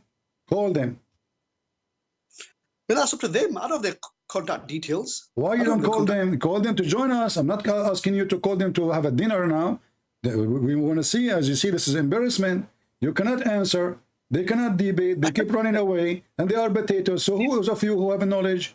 Who is the Muslim have a knowledge? None of you have a knowledge in Islam. We are the Christians. Even the Quran says that to Muhammad, if you have a doubt about what we revealed to you, go to Christian Prince. The Quran says that. This writing of destiny is the person's own fault. Is his own fault. How is your fault if it's a destiny? How it is fault if it's a destiny? His own destiny. How it's a destiny written by Allah before he was created, and this is his fault now? No, because Allah's already written what this person is gonna do. Simple. Yeah, it says here. No, it says here. Yeah, what he will do, but it's going to overcome. He wrote for him. He decided for him. Oh my word! You don't even know. Your camera is open again. I saw you jumping like crazy. What's happening to you? You're acting like a monkey now. I'm sitting down. I'm sitting down. I'm not jumping anywhere. No, you were moving like a lizard. No, I'm not. I like it when you shake head. You like your lizard. What happened to you? By the way, what kind of God do you think the lizard is the enemy of God? Lizard. Yeah, what kind of God do you think the lizard is an enemy of God? Your God could not find a bigger enemy. What lizard you know about? Lizard. You know what lizard? Because I see how you're shaking. You're shaking like one. So that's why you remind me of him, Mr. Lizard.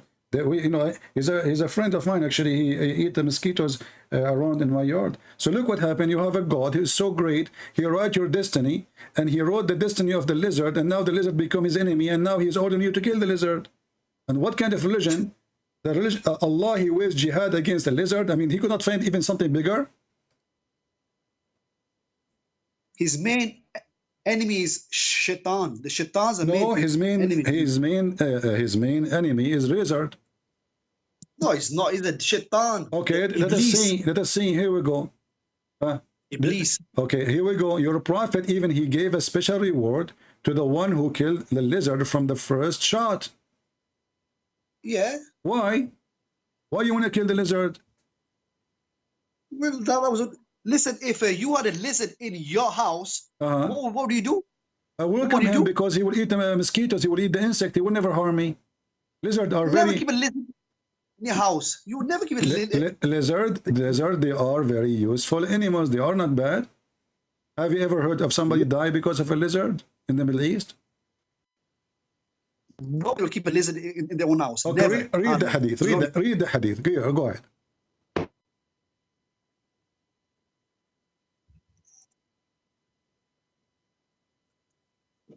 Says lizard and cheese from clarified maternal. Hello? Hello, hi, how are you? Are you from Pakistan? Yes, from quiet, that's why. Yeah, from the clarified button. I'm very quiet because I'm eating carrot. Go ahead. He left the lizard.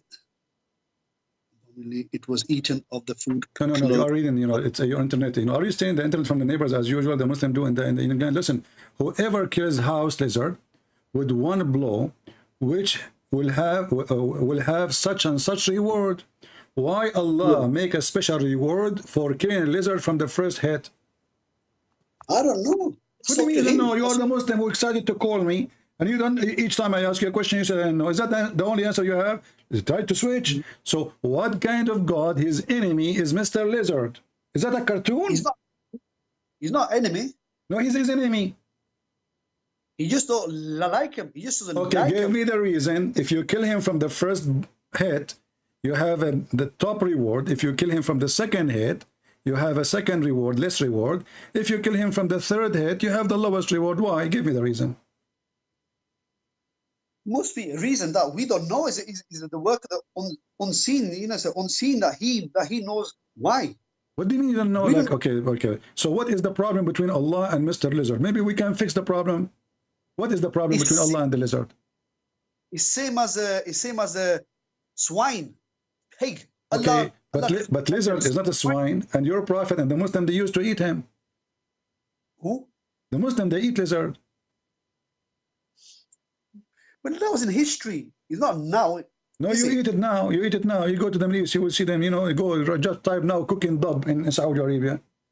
Dub. We never know. Listen, Abdul, I'm asking you. Don't change topic. I don't care about your kitchen now. Why Allah want to kill the lizard? What the problem? We don't know. I know what you know not. You see, you Muslims are not Muslims. You are fake. According to your prophet, that lizard, he tried to put fire on Abraham. Is that true? To be honest, I don't have a clue about that. What do you mean, to be honest? Are you saying to me all that time you were not honest and now you decide to be honest?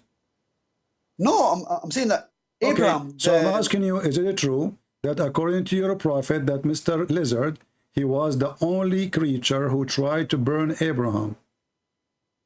If that is true, then okay. It's okay. So don't tell me now that Allah is not the enemy of the lizard. So the lizard is the enemy of Allah. Yeah. Okay. So now, how lizard can burn Abraham? Explain to us. Let us find the hadith. Huh? How can lizard burn Abraham? Yeah.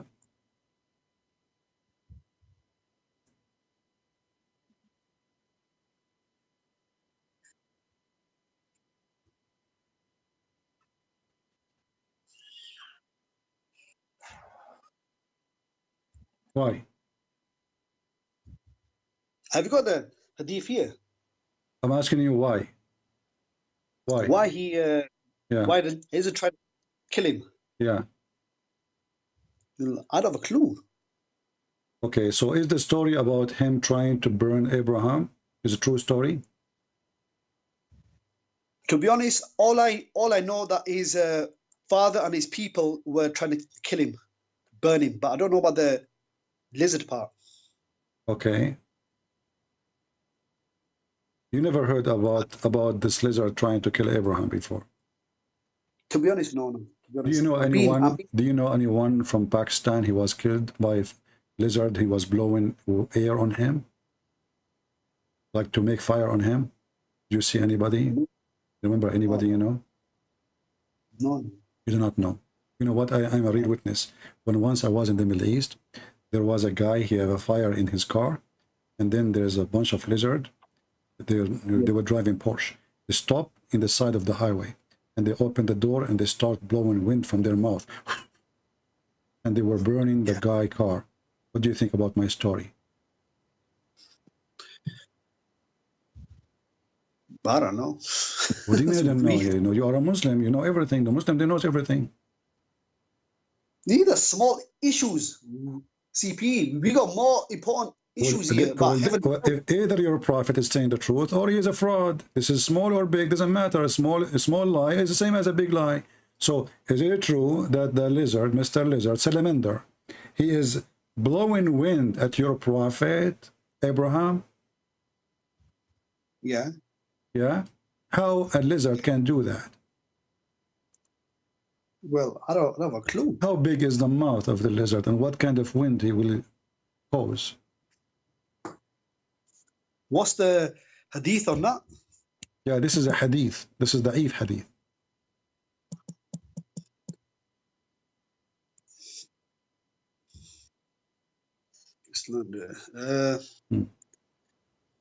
Killed, blow, Miktas by, all right, killed by a blow, to be killed, saying that. Oh, you are reading now from the screen? Let me just stop there. Okay. Speak of Abraham being put in fire in the tradition.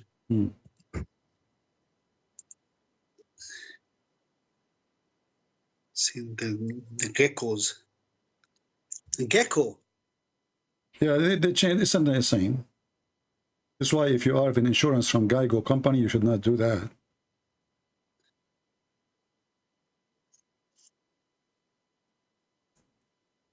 Abraham, speaking to Abraham. So is this a story is true or this is a fabrication from your prophet? When I said that to you, you start laughing, but now you are taking it seriously because your prophet says that. See how Muslim they are hypocrite? You know, it's funny when you tell them a story, they couldn't know about it. The second you say the prophet said, they believe it, that's it. They don't dare to say it's stupid. Seeing the gecko blew on Abraham. Putting the fire in this tradition is, he said that the gecko blew on the fire to stir it. He just says that it blew on the fire that was already up. The fire was already up. Yeah, who is the lizard? Why he is doing that? So this lizard is there, blowing it. Okay, I said to you, who is the enemy of Allah? The lizard. You said no, shaitan. So when the lizard is doing that, is he the enemy of Allah? Well, he did an evil act. He did an evil act. Simple. Okay, is he the enemy of Allah when he was doing that? Enemy of Allah? No, he's the enemy of Abraham. Okay, I want to ask you, is pigs are good? Huh? Is pigs are good? Pigs are good. They are innocent animals, but they are unclean. Unclean. So which one is better, the lizard or the pig?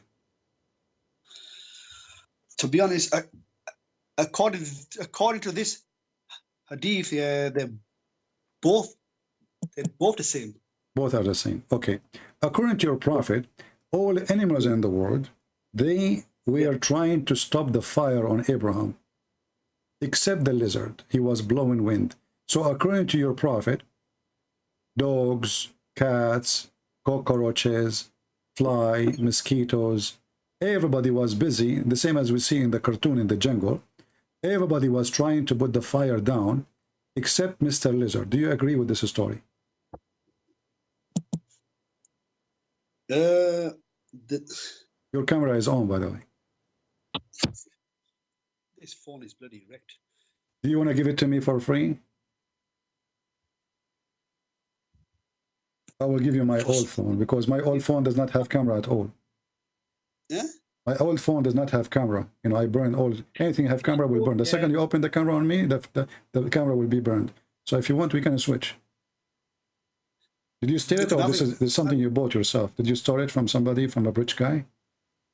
Oh, I got it new. So just give me your matter, a brand new story. Okay, no problem. So now, when all the story in front of you, is Allah is telling true story, or this is a fiction, stupid story?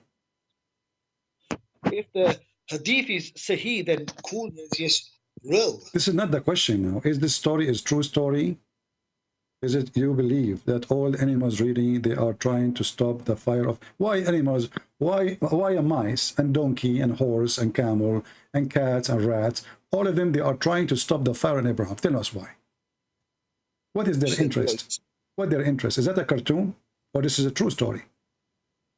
Told as a killer forbade the snake with a short tail snatching of it as 2 lines and sight cause it's courage.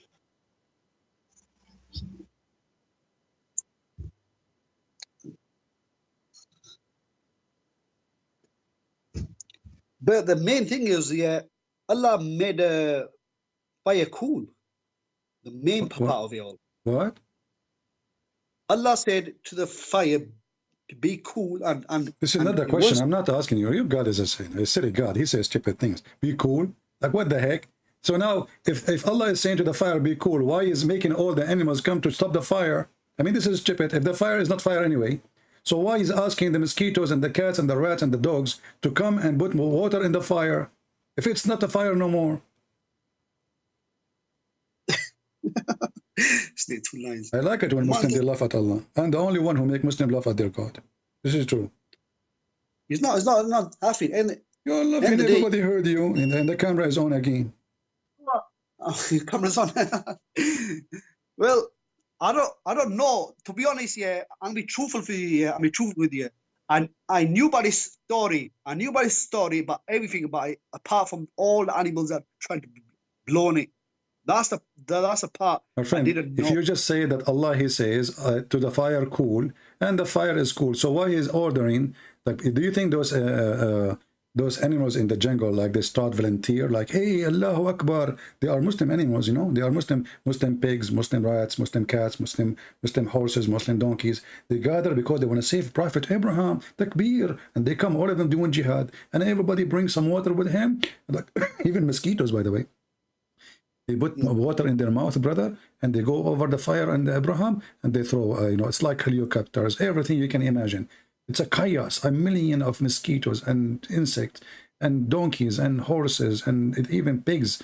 You know, the chimpanzee was pissing on the fire. Unbelievable. I mean, it was a scene. And then, if the fire, Allah, He said to the fire, be cool. So what this drama is about? If the fire is not going to burn Abraham anyway, who is the one who made the animals do this? To be honest, I told him before, CP, I'm being truthful with you.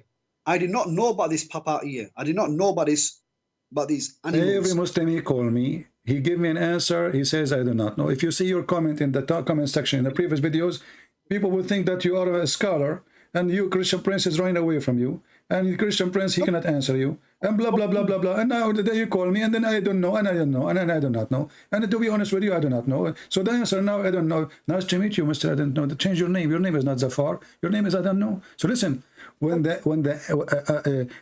if you do not know, I'm asking you to use your brain if you have any, in case you have any. So here it says that all the animals, every dabba, all animals in the world, except the lizard. Yeah. Everything. They try, even you know, all of them, they try to stop the fire, except this. Why? Who is the one who made the animals to come from around the world to stop the fire on Abraham? Looked like at that time the fire department was the job of the animals. To be honest, is this a hadith now on the screen you've got up now? Yeah, no, this is not hadith. This is Washington Post article. No, I mean, you are asking me if this hadith, it says the prophet said, it says Abu Mus'ab said, and you are asking me if this is hadith, it says the prophet of Allah, blah blah. So do you think this is, so what is going to be? Obviously it's hadith.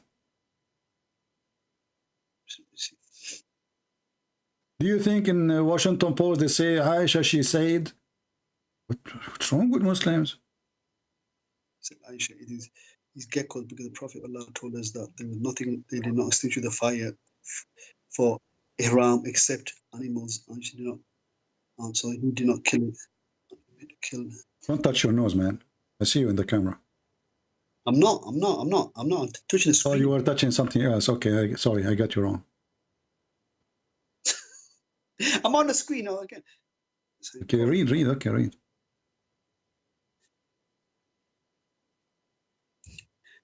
To be honest, yeah, this hadith, I never knew. Don't you think, this is a far, that your God is a stupid God and your prophet is a silly prophet and he is not a prophet? Do you really believe in this story? Do you, be honest with me, do you really believe in this story? There's many stories going around that we can't answer. I'm not asking you if you can answer or not. I'm asking you, do you really believe in the story? Yeah, I do. If it's true, it's true. Well, that's mean you're stupid. No, I'm not stupid. You are stupid because look at what happened. You are the one who says to me that Allah, he said to the fire, cool down, correct? Yeah. Okay, if the fire is cooling down anyway, isn't going to burn Abraham anyway, what is the need of those animals? And what a prophet he mean for animals? They are animals. Yeah. Are you Muslim believing that those animals are Muslims and Abraham was their prophet? And he was teaching them to? No, he wasn't. You know what? I think, based on this story, Abraham was the person we heard about him who is born in the jungle and his name is Tarzan. I think. No. Why not? Because as you see, he have a strong relationship with all the animals, brother. So Tarzan, if you read the story of Tarzan, based upon him, he was a person. He have a strong relationship with monkeys, chimpanzee, all animals. They love him, man. I mean, Tarzan, he is here, forget about everything. So Tarzan, peace be upon him, he, when he is in trouble, the animals come, the monkeys come, the chimpanzee comes from everywhere. So I think Abraham is a prophet Tarzan. And this CP, what is this about salvation? What is this going to salvation? We were talking about hell. Here we go. This is about salvation. This is about hell. This is about fire. So who is going? No. The one who will take you to salvation is a cartoon maker. Don't you see how stupid this story is? So now Abraham became a Tarzan, and now monkeys and chimpanzees and pigs and dogs and chickens and the cows and lizard, and I mean everybody is involved in this story. This is the book of Khalida and Dumna in Arabic. I don't know what they call it in English. So listen, you're a prophet Abraham. Why the animals coming to rescue him? Well, if Allah sent animals, then it's cool. Why? If you just said to me that Allah, he stopped the fire, cannot burn him no more. So what the point of those animals? And how it says all animals. So why pigs want to save Abraham? That means they are good. They are not the enemy of Allah, and there's nothing wrong with them. Why donkeys? Why dogs? Why cats? What is God? So what this drama is about? And when Muslim you say except the lizard, who is the lizard then? Is lizard a shaitan? No. Well, as you see, shaitan himself, if lizard is not shaitan is not putting fire. Who is the one who put the fire? So shaitan, if he is not lizard, why only lizard decide to hate what Abraham he did to lizard? Do you think he was like dating his wife or something? No. Okay, so why lizard he hates Abraham? What is behind this hate? This has got no importance to me, CP. This has got no importance to me. This is not important to me. This topic here. Okay, you see, I'm just showing you that you Muslims, when you speak about hell and heaven, it's a stupid. Okay, let me ask you: is monkeys going to go to heaven? What's that? No, there is no animals that are going to be judged and then go to heaven and hell. No, you see humans and jinns. Well, that's mean that you are not a Muslim. Look what the Quran says. According to the Quran, Allah, he gave Quran to the animals too. Where? What do you mean where? You don't know where?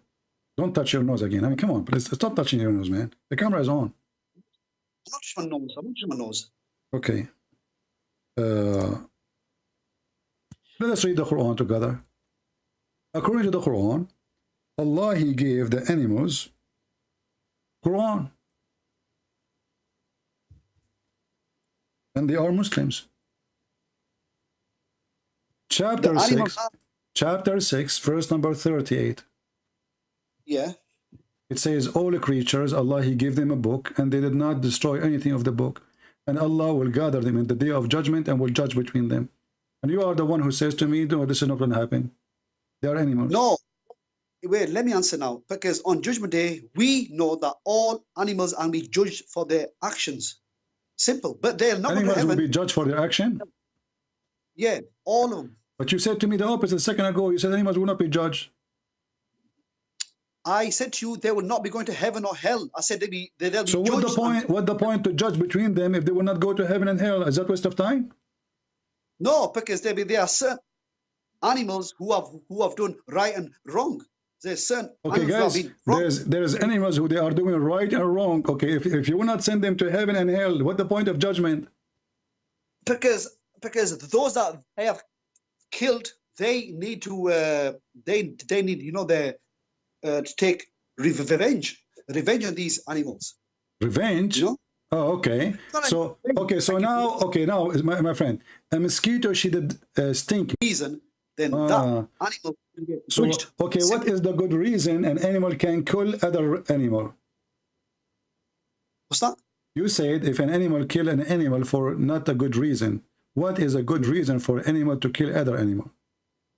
The only way you can kill an animal for is for like a tiger killing a deer for food. If it's for food.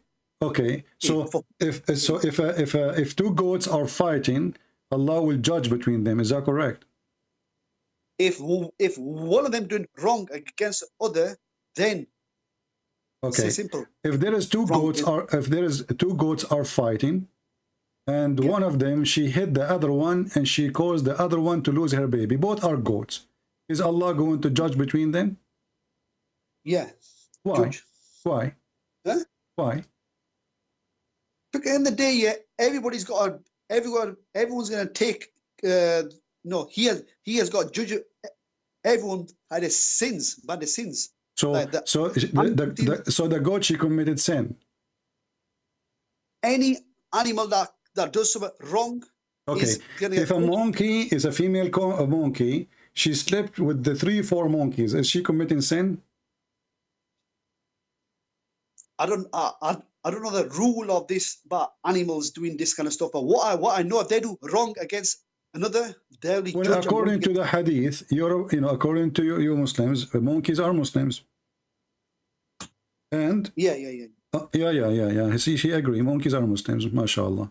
So now here it says that a monkey, she committed fornication, and then her people, they gather the sheikhs and they say takbir, Allahu Akbar, and they gather again and they stone the female monkey for committing fornication. What do you think?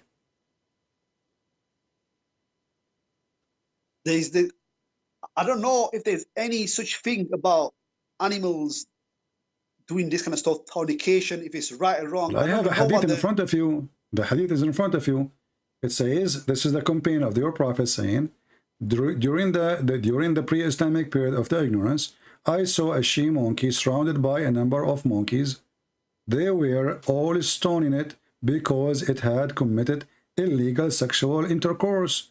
I too stoned it. Even the guy, he joined the stoning. All the Muslims, monkeys are Muslims. And you agreed, you said monkeys are Muslims. Where the monkeys, they learned that this is the punishment of fornication is stoning to death. Where they learned that from? I don't know. The monkeys. Yeah, they are monkeys. Did Allah send them a chimpanzee prophet? They are not. They are not stupid. The animals are not stupid, you know. Lions are stupid. So how come you are stupid but animals are not?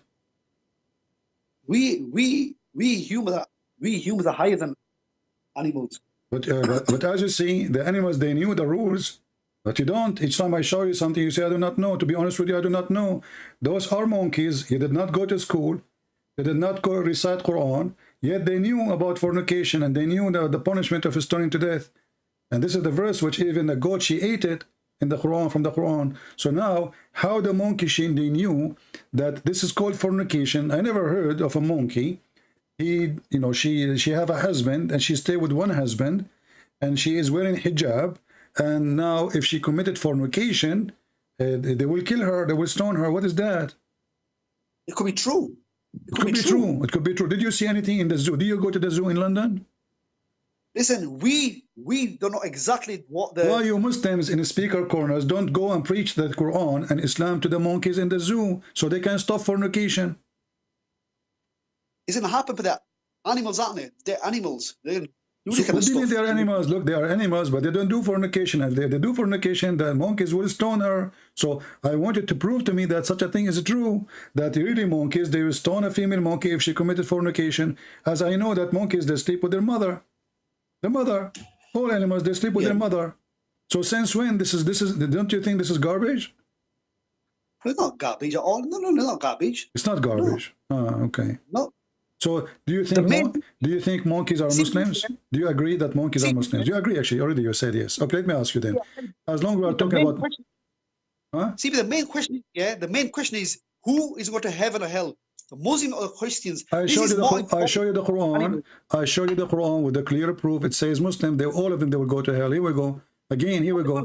This is a chapter 19, verse number 71. It says it's a decree that every one of you shall enter hell. And you'll keep saying to me the main question, what's wrong with you? I just gave you the answer from your books. Enter hell, they're going to walk past it. They're going to walk past it. That's a commentary of what has to, what has to? No, this is Quran. وَإِنِ مِنْكُمُ إِلَّا وَارِدُهَا. The Arabic is so clear. Not a one of you, but he will enter it. It is كَانَ عَلَى رَبِّكَ حُتْمًا مَقْضِيًّا. It is a must. It's a decree. So it's a destiny. I've already asked this question a week ago. Okay, do you think this monkey who committed fornication, she will go to heaven or to hell? Oh, forget the monkeys. We're talking about ourselves. Why are you talking monkeys for, animals for? I don't see a different. No, this is got to do with the Christians and Muslims. You stone a woman if she commit adultery. Monkey, they stone women, they commit adultery. So you say to me we are different? No, but I told you before, the animals do not go to heaven or hell. Simple, so we don't care about them. Okay, you said to me that Allah will judge between the animals in the day of judgment, correct? He isn't punish one, he isn't punish them and then what he will do? Okay, a goat, she attack other goat. What Allah will do to the first goat? He will put her in jail? He's in punish them somehow and then kill them off. Every animals get killed. But now he is being bad. He killed them both, so he is punishing the first goat for killing the second goat, and then he will kill them anyway. He's gonna punish the wrong ones in such a way, and then he's gonna put them all to death. Simple, but that's not important to me. This is not important to DP. Okay, so listen. Okay, your God in the day of judgment, when there's two goats are fighting, he will bring them. I'm just showing everybody how stupid Islam is. And I'm showing you that. Listen. Here we go. This is two goats. And this is hadith in the front of you. Two goats, they were fighting. Two goats are fighting. Okay. And then, let me see if I can find in English. Maybe we cannot find in English. But we should be able. Let us see. Okay. Maybe we cannot find in English. So anyway, actually, we can use Google Translation. We can use Google Translation. Read with me here carefully. This is Google Translation. I will use Google Translation. Two goats, they were fighting together, the Prophet said. And one of them, she caused the other one to lose her baby. And Allah will judge between them in the day of resurrection. Yeah. How? What do you mean, how? Do Allah give the goats the consciousness to know what abortion mean, what losing baby mean? Do they know? Those animals? I might know. Do the goats know what sin is? Yeah. How? They know what's right and wrong. How? How they knew what's right, what's wrong? How they knew? Animals know what's right and wrong. They are not. How? I'm asking you how they knew what's right, what's wrong. We're talking about religion now. Because Allah has given the ability for them to know what's right and wrong. Okay, Safaraz, whatever your name. When I saw a dog licking his penis, do you think he was doing ablution? Stop. I saw a dog and a cat, Yeah. they lick their ass and they lick their penis. Do you think they are doing ablution? They are Muslims? No. So how they knew they should lick it then? You said to me they know. Why they are doing that? Because animals are not clean like us. They're not like us, lot. But you told me they knew what is right, what's wrong. So do the animals, they pray to Allah? What's that? Do the animals pray to Allah? Yeah. Okay, that's why they are Muslims. Yeah, but the animals in there. Okay, but they are Muslims, you agreed. Animals, CP, they're not humans like us, lot. You are the one who said, yeah, okay, I'm asking you, do the animals pray to Allah? They must do, yeah. Okay, so they are Muslims. Yeah, Okay. Muslims, I know that. Okay, exactly. Muslims. So why Muhammad you want to kill dogs if they are Muslims? He don't want to kill them. It's the black ones. No, he ordered in the beginning to kill all dogs. He did not want them to be in the city of Makkah because they are listen. First of all, this is where he lives. So he don't want dogs where he lives. Why? Because dogs, they hate him. They knew he's evil. Dogs, they can feel. No. Don't lie. They are unclean. That's why they're unclean. Well, are you clean? Yes, I'm clean. You are not. The dogs are clean. Okay, let me ask you. If a dog he have lice, does that make him dirty? What's that? What is it? If a dog have lice, dogs have lice. Yeah. Is that because they are dirty? No, it's because of their mouth is dirty. It's unclean. The main part is the mouth. Okay. And all that saliva. So their saliva only is making them not clean. Is your saliva clean? Yes, but I'm human, obviously. Well, according to science, your saliva is more dirty than the toilet seat. Go check. My saliva, is cleaner than the animals. Simple. How you know? Because they're animals. They're dirty. They're not clean. Okay. They're not. So only the saliva of the dog is dirty because Muhammad, he says if you touch the dog you have to wash etc. time, not only saliva, right? So is the dog is najis? Is he najis? Doesn't matter what we touch, or only if we touch his mouth? Yeah, and that's a well-known fact by the health experts around the world. They say that as well. That okay, the what dog's they say? saliva, Tell me what they say. Is okay, but I'm saying to you in Islam, is the dog all of it is najis or only the saliva? I've been told that the main part is the saliva. The main part. So if you touch a dog is okay in Islam? I've been told you can touch it, but not the saliva, not the mouth part. Keep away from the mouth.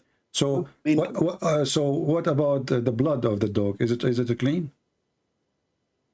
To be honest, I don't know about the blood part, but the main part is okay. saliva. I have a friend. He take a shower in a spot of water like a jacuzzi, have dead dogs in it, and women blood from period and garbage.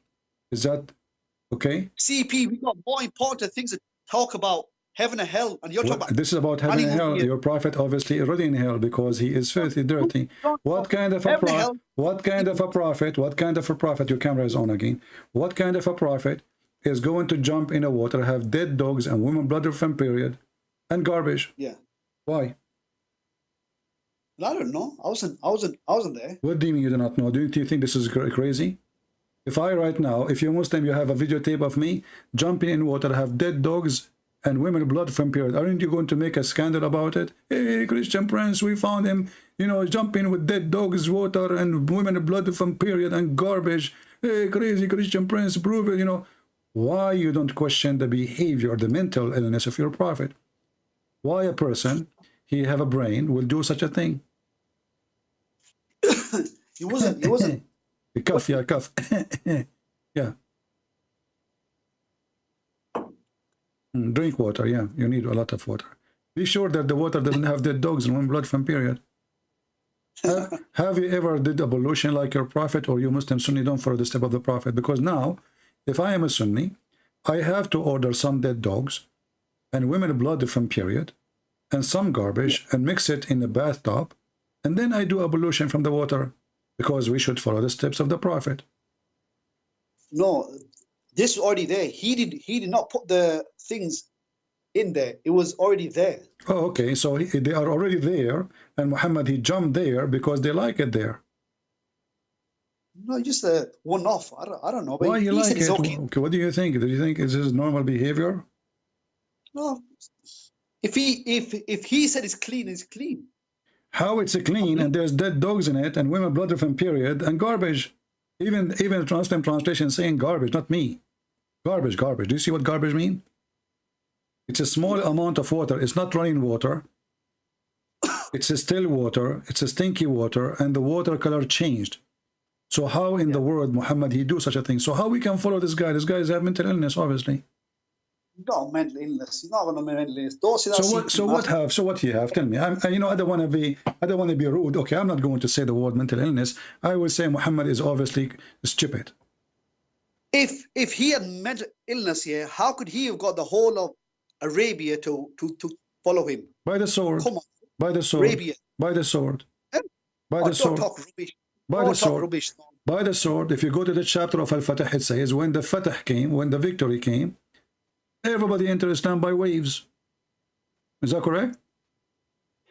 When they entered Mecca, they did not even touch one of the enemies. This is a lie. This is a lie. Only he. First of all, Mecca is his people, his cousin. You know, why somebody want to kill his families? And Muhammad is trying to take over them. He don't want to kill them all, because if he killed everybody, nobody will support him. But I'm asking you, is it true? The Quran says when the victory by the sword came, people they start going inside Islam by waves, not by one, not by two, by thousands. Is that true? Yeah. Okay. How come? Because of the sword. And is it true when your prophet he died, Muslims they start reading Islam by waves? All right, let me answer that. So look, they enter Islam because of fear. They leave Islam because fear is gone. They thought Muhammad is gone. And then Abu Bakr, he launched a war. It's called the War of Apostate. Is that correct? Against who? It's called the War of Apostate. Right away, when Muhammad died, people are left Islam, correct? Not all of them. Not all of them, exactly. So what you do, you attack them by the sword and you force them to convert again. So the gang of Muhammad is the one who made Muhammad victorious. It's not Allah, it's not his, it is the savagery of the gang, ISIS. It's not. You are trying to escape all this stupidity. Look, we started from one thing. And the most important is, you agreed that the angels were questioning the decision of Allah. And Allah, he told them, it's not up to you to tell me what is right, what's wrong. So what kind of angels? They call them angels and they are questioning God's decision. That's not important for me. The most important for me is who is going to hell, heaven and hell. You will or go me. to hell. I showed you the reference. You will go to hell. No. That is not. I asked the commentary of that from the Sheikh. Listen. The Quran says that the Christian, they say only Christian and Jews will go to heaven. Is that correct? Yes. Okay. Allah, he said to them what? The Jews and Christians say that either that we are saved, whatever, yeah. Yeah. And, chapter 2, verse 111, correct?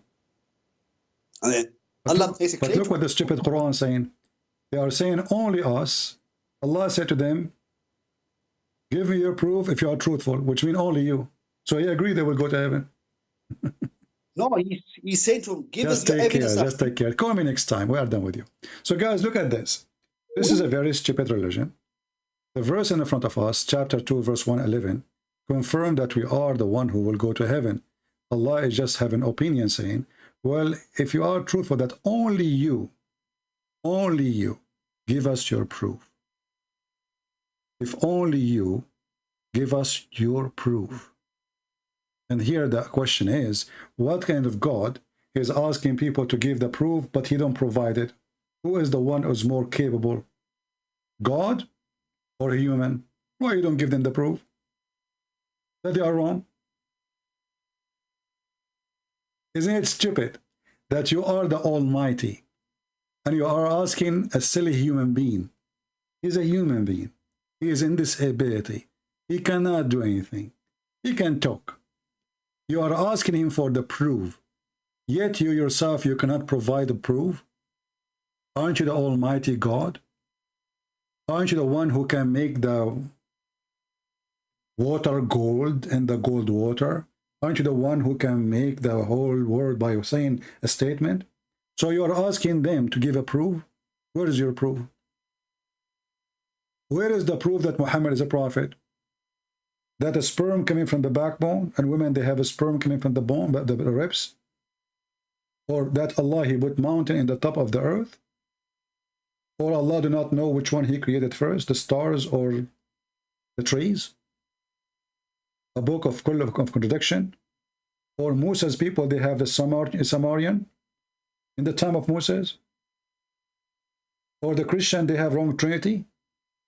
So you are asking them for a proof, and you fail in every step, every aspect of religion.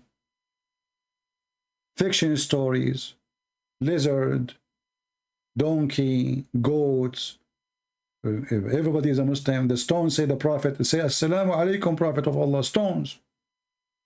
Where is the proof? So you're asking them for a proof. Okay, show us the stones who would talk. Muhammad, he said that the day of judgment, the black stone is going to have a tongue and a mouth. It's a stone. Is that literally? Yes. I can take it metaphorically. That will not be a problem then. But the Muslim, they themselves agree that this is not metaphorically. When the stone, they say Assalamu alaikum to Muhammad, how come nobody hear it except Muhammad? Isn't it a clear sign that this guy here voices is stupid, he's mental? When Muhammad, he jump with water, have dead dogs, isn't it a clear sign that Muhammad is mentally ill? Dead dogs and women blood from period and garbage, stinky water, and then he claimed that nothing make it bad water, nothing. And then if a dog, he lick your dish, you have to wash it 7 times, and then we find him that he is taking a shower. He's washing himself, to preparing himself. This is more important than washing. It's ablution. To prepare himself to meet his God in a prayer. How he do it? By water have dead blood, women blood, and dead dogs and garbage, stinky garbage. Even the hadith says, stinky, stinky, stinky. I'm not the one who says that. Stinky.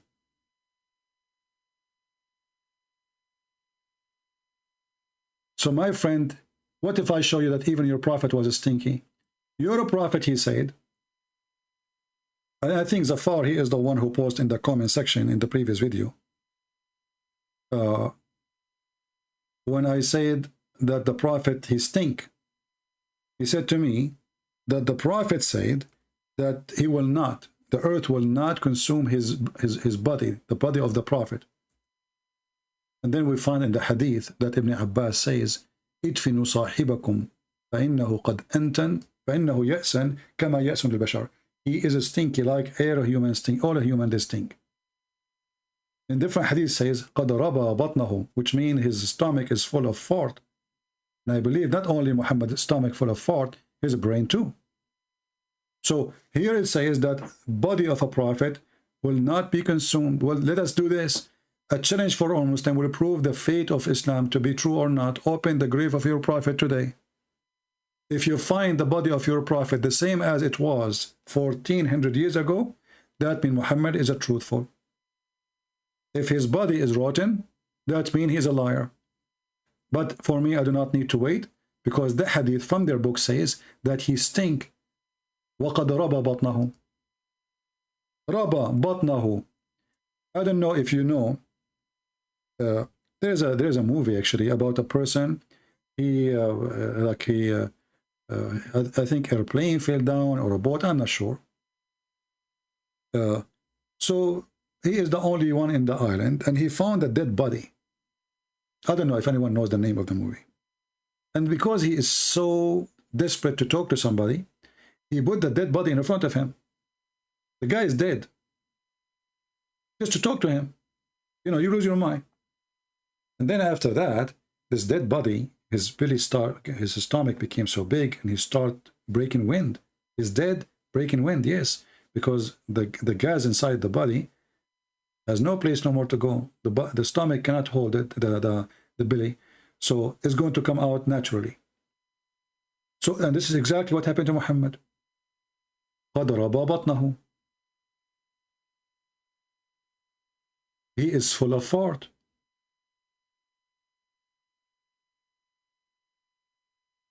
And not only he says قَدْ رَبَى بَطْنَهُ, he says قَدْ رَبَى بَطْنَهُ وَانْثَنَتْ, you know, like the fingers when the dead man he died, his fingers, they will shrink. They will not be relaxed. He says you know, his body is farting, his stomach is full of fart, and his fingers, they shrink. And all of this, according to the hadith, just after a day and a night only, which means in less than 24 hours, this is happening.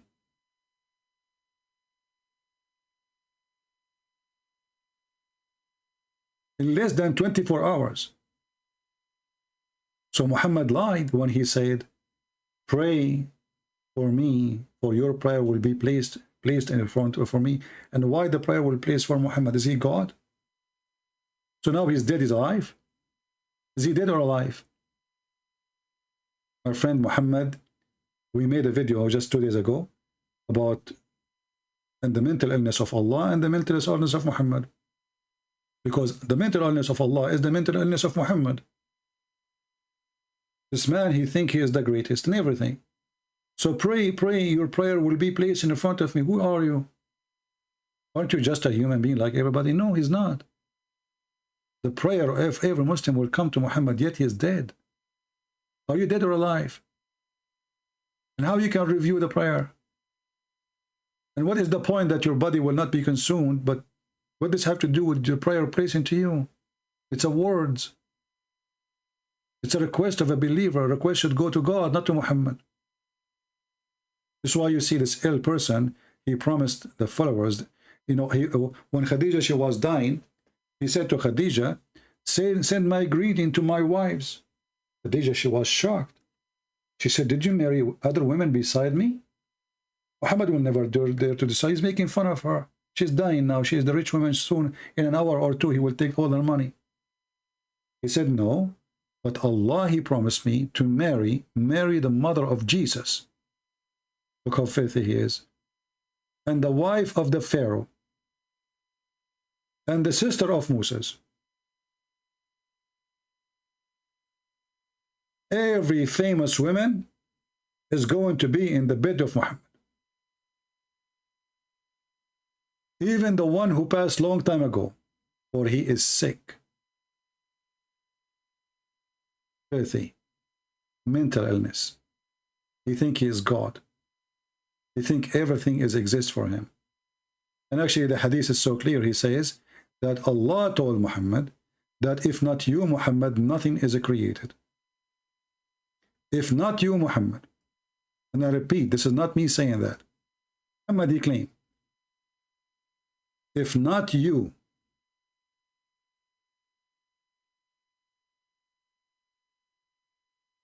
Let me get the hadith.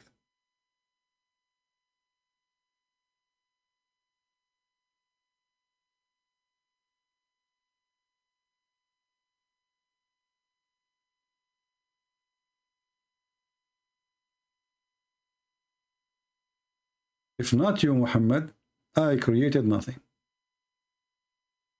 Period.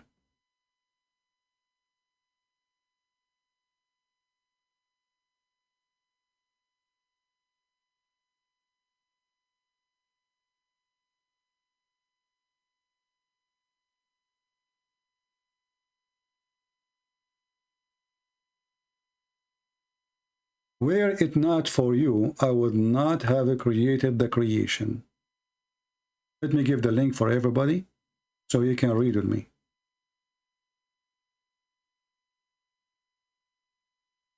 Muhammad is the center of the universe. God, the Quran says, Allah and his angels are praying on the Prophet. Everybody praying on the Prophet. He is the center of the universe. The God is exist just for Muhammad. And what God he do just for Muhammad. What the creation for Muhammad. What the God exists for Muhammad.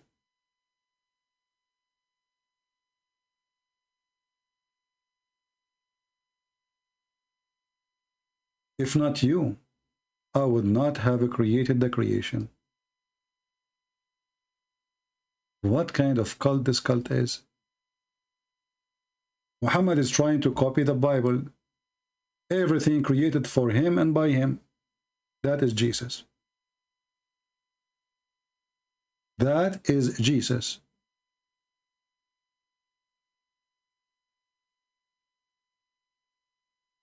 Muhammad is a satanic man hired by Satan trying to replace Jesus. As simple as that. If not you, I will not create anything. The trees, the stars, everything.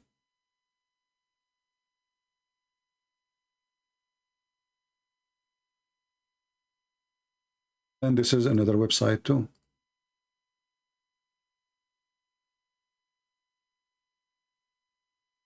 You're welcome, Zafar. Next time, bring your sheikh with you so we can have better time, Even though I don't like it how you touch your nose when you are speaking in the camera. It was weird. And the way you move your nose left and right, especially when you speak about lizard, you start moving your head like a lizard. That's not nice. We have to show respect for lizard. Remember, Allah will judge between us and them in the day of judgment, brother. So if a doggy did bite me in the day of judgment, brother, Allah will bring the dog. Now Allah will speak to the dog. He will say to him, "Ho, ho, ho, ho." The doggy will say, "Ho, ho, ho, ho." So Allah will say to him, "Why you did bite, Christian Prince?" The doggy will say, "What the heck?" Translator. So Allah will judge in the day of judgment. And this is a true story coming from the true prophet.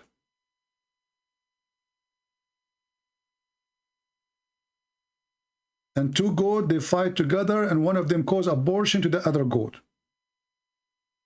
And Allah will punish the first goat for causing abortion. This is the God who ordered rape, killing, stealing, and now he is judging between goats. Look like Allah have a lot of time in his hand. He is not busy at all. He will spend how many thousand million years judging between all the goats in the world. He will judge between them, mosquitoes, cats, rats. I killed a cockroach yesterday. Is that okay, brother? Did I kill an innocent person? Because he was innocent, by the way. He did nothing to me. Unbelievable. What a stupid religion. I want to say thank you, guys, for being here. Don't forget to the source that Muhammad written in the pillars of the throne. It's in front of you, the website we are showing. Search for this Hadith Lawlaka. Hadith Lawlaka. Search for it. The admin posted the link for you already. You will find it says here that the name of Muhammad, when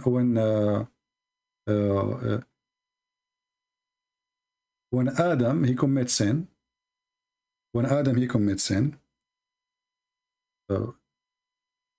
he asked Allah forgiveness. This is the reference in front of you. The Prophet of Allah said that when Adam made a mistake, commit sin, he recognized Muhammad. When I have not, he said, "Oh Allah, I asked for the sake of Muhammad to forgive me." Allah said, "Oh, Adam, how do you recognize Muhammad when I have not yet created him?" Adam said, "Oh Allah, when you created me, Allah, and blew into me Allah's spirit, I lifted my head and I saw written on Allah Arsh, which means the throne, La ilaha illallah Muhammad al-Batat Allah. So I got to know that you would only join your name with him is the most beloved to you." Did you see the word join your name? Muslims are mushrikeen, kuffar. They join the name of a man with the name of God. This man, he worship himself. Even Adam's sin is forgiven for the sake of Muhammad. Imagine. And imagine that Adam, he knew how to write Arabic and how to read Arabic. Imagine. The guy he is just made, he is not even finished. He look up, he see Arabic, and he was able to read Arabic. He can read Muhammad in Arabic, brother. He can read the Shahada in Arabic, brother. And that's why you see Allah is surprised. Look, Allah is being stupid here. He said to himself, like, what the heck? How you know Adam? How you recognize Muhammad when I have not yet created him? And the Muslims, they say Allah knew the future. He knew what you think. So how come you do not know how Adam he found out? Allah was astonished, like, what the heck? How he knew about Adam? Adam, he gave him a finger. He says, you stupid idiot. His name is all over your chair. It's like, you know, you speak to, you know, you go in the hospital, you say to the nurse, hey, hi, Susie, how are you? He said, how you name my name? Well, you have an ID in your chest, you stupid. So this stupid God, his name is all over the chair, and he's asking Adam, how you know Muhammad? It says Muhammad, Muhammad, Muhammad, Muhammad everywhere. And he is wondering, like, what the heck? How he knew Muhammad? Genius. Islam is the religion of intelligence, high IQ. That's why you're Christian, you don't fit there. It's fit for those who believe in endless penis. Your penis is endless, and the vagina will be like that. What a tunnel. You can save their weapon. Somebody sent just one vagina to the Ukrainian now in the war, so they can put all the weapon there. Putin will never find it. So my friends, as you see, Islam is a silly, stupid cult, and garbage in, garbage out. Nothing will change. And here I go, this is the link again for this hadith here. You can join. I gave you the link already. Feel free to join there. So I want to say thank you guys for being here. May the Lord bless you. I hope we had a good time. Don't forget to subscribe. Invite your friends. Here we have real-time teaching. This is not, you know, 5-minute, 10-minute videos like many people do. Here there's a real school and it's for free. Everything we give for free. Our service for free. And the Lord is our provider. Thank you very much for being here. May the Lord bless you. You can join us in Patreon if you like to receive notification when we will go live. Take care. Christ is Lord. Islam is a scam, and we prove it every day. Take care.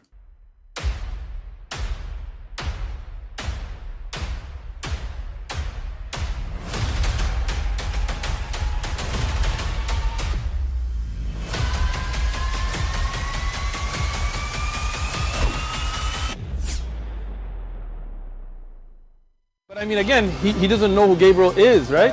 Because he didn't come from an Abrahamic faith. The people of Mecca were pagan. Quran is mentioned, if this book was from other than God, they would have found in it many contradictions. If a book is without contradictions, that has no bearing on whether it comes from God or not. I've had phone books that are inerrant, but I certainly don't think God gave them. That we believe without understanding. The brother asked a very important question, that most of the scholars say that listening to music, watching movies, and most of the television programs, they're haram. So how can we have fun? Let me tell you, brother, at the outset, that having fun is permitted in Islam as long as the fun is halal fun. That the standard narrative has holes in it. The Prophet tells us because Satan or the devil sleeps over our nostrils. Those who oversleep and not pray Fajr on time, Satan urinates in their ears. I really do think Jesus was crucified and that he really was dead and buried. He thought that he was a son of God in the sense that he was specially chosen by God. I think Jesus really did think he was going to be the Messiah, the future king of Israel. I mean, that is, after all, why they crucified him.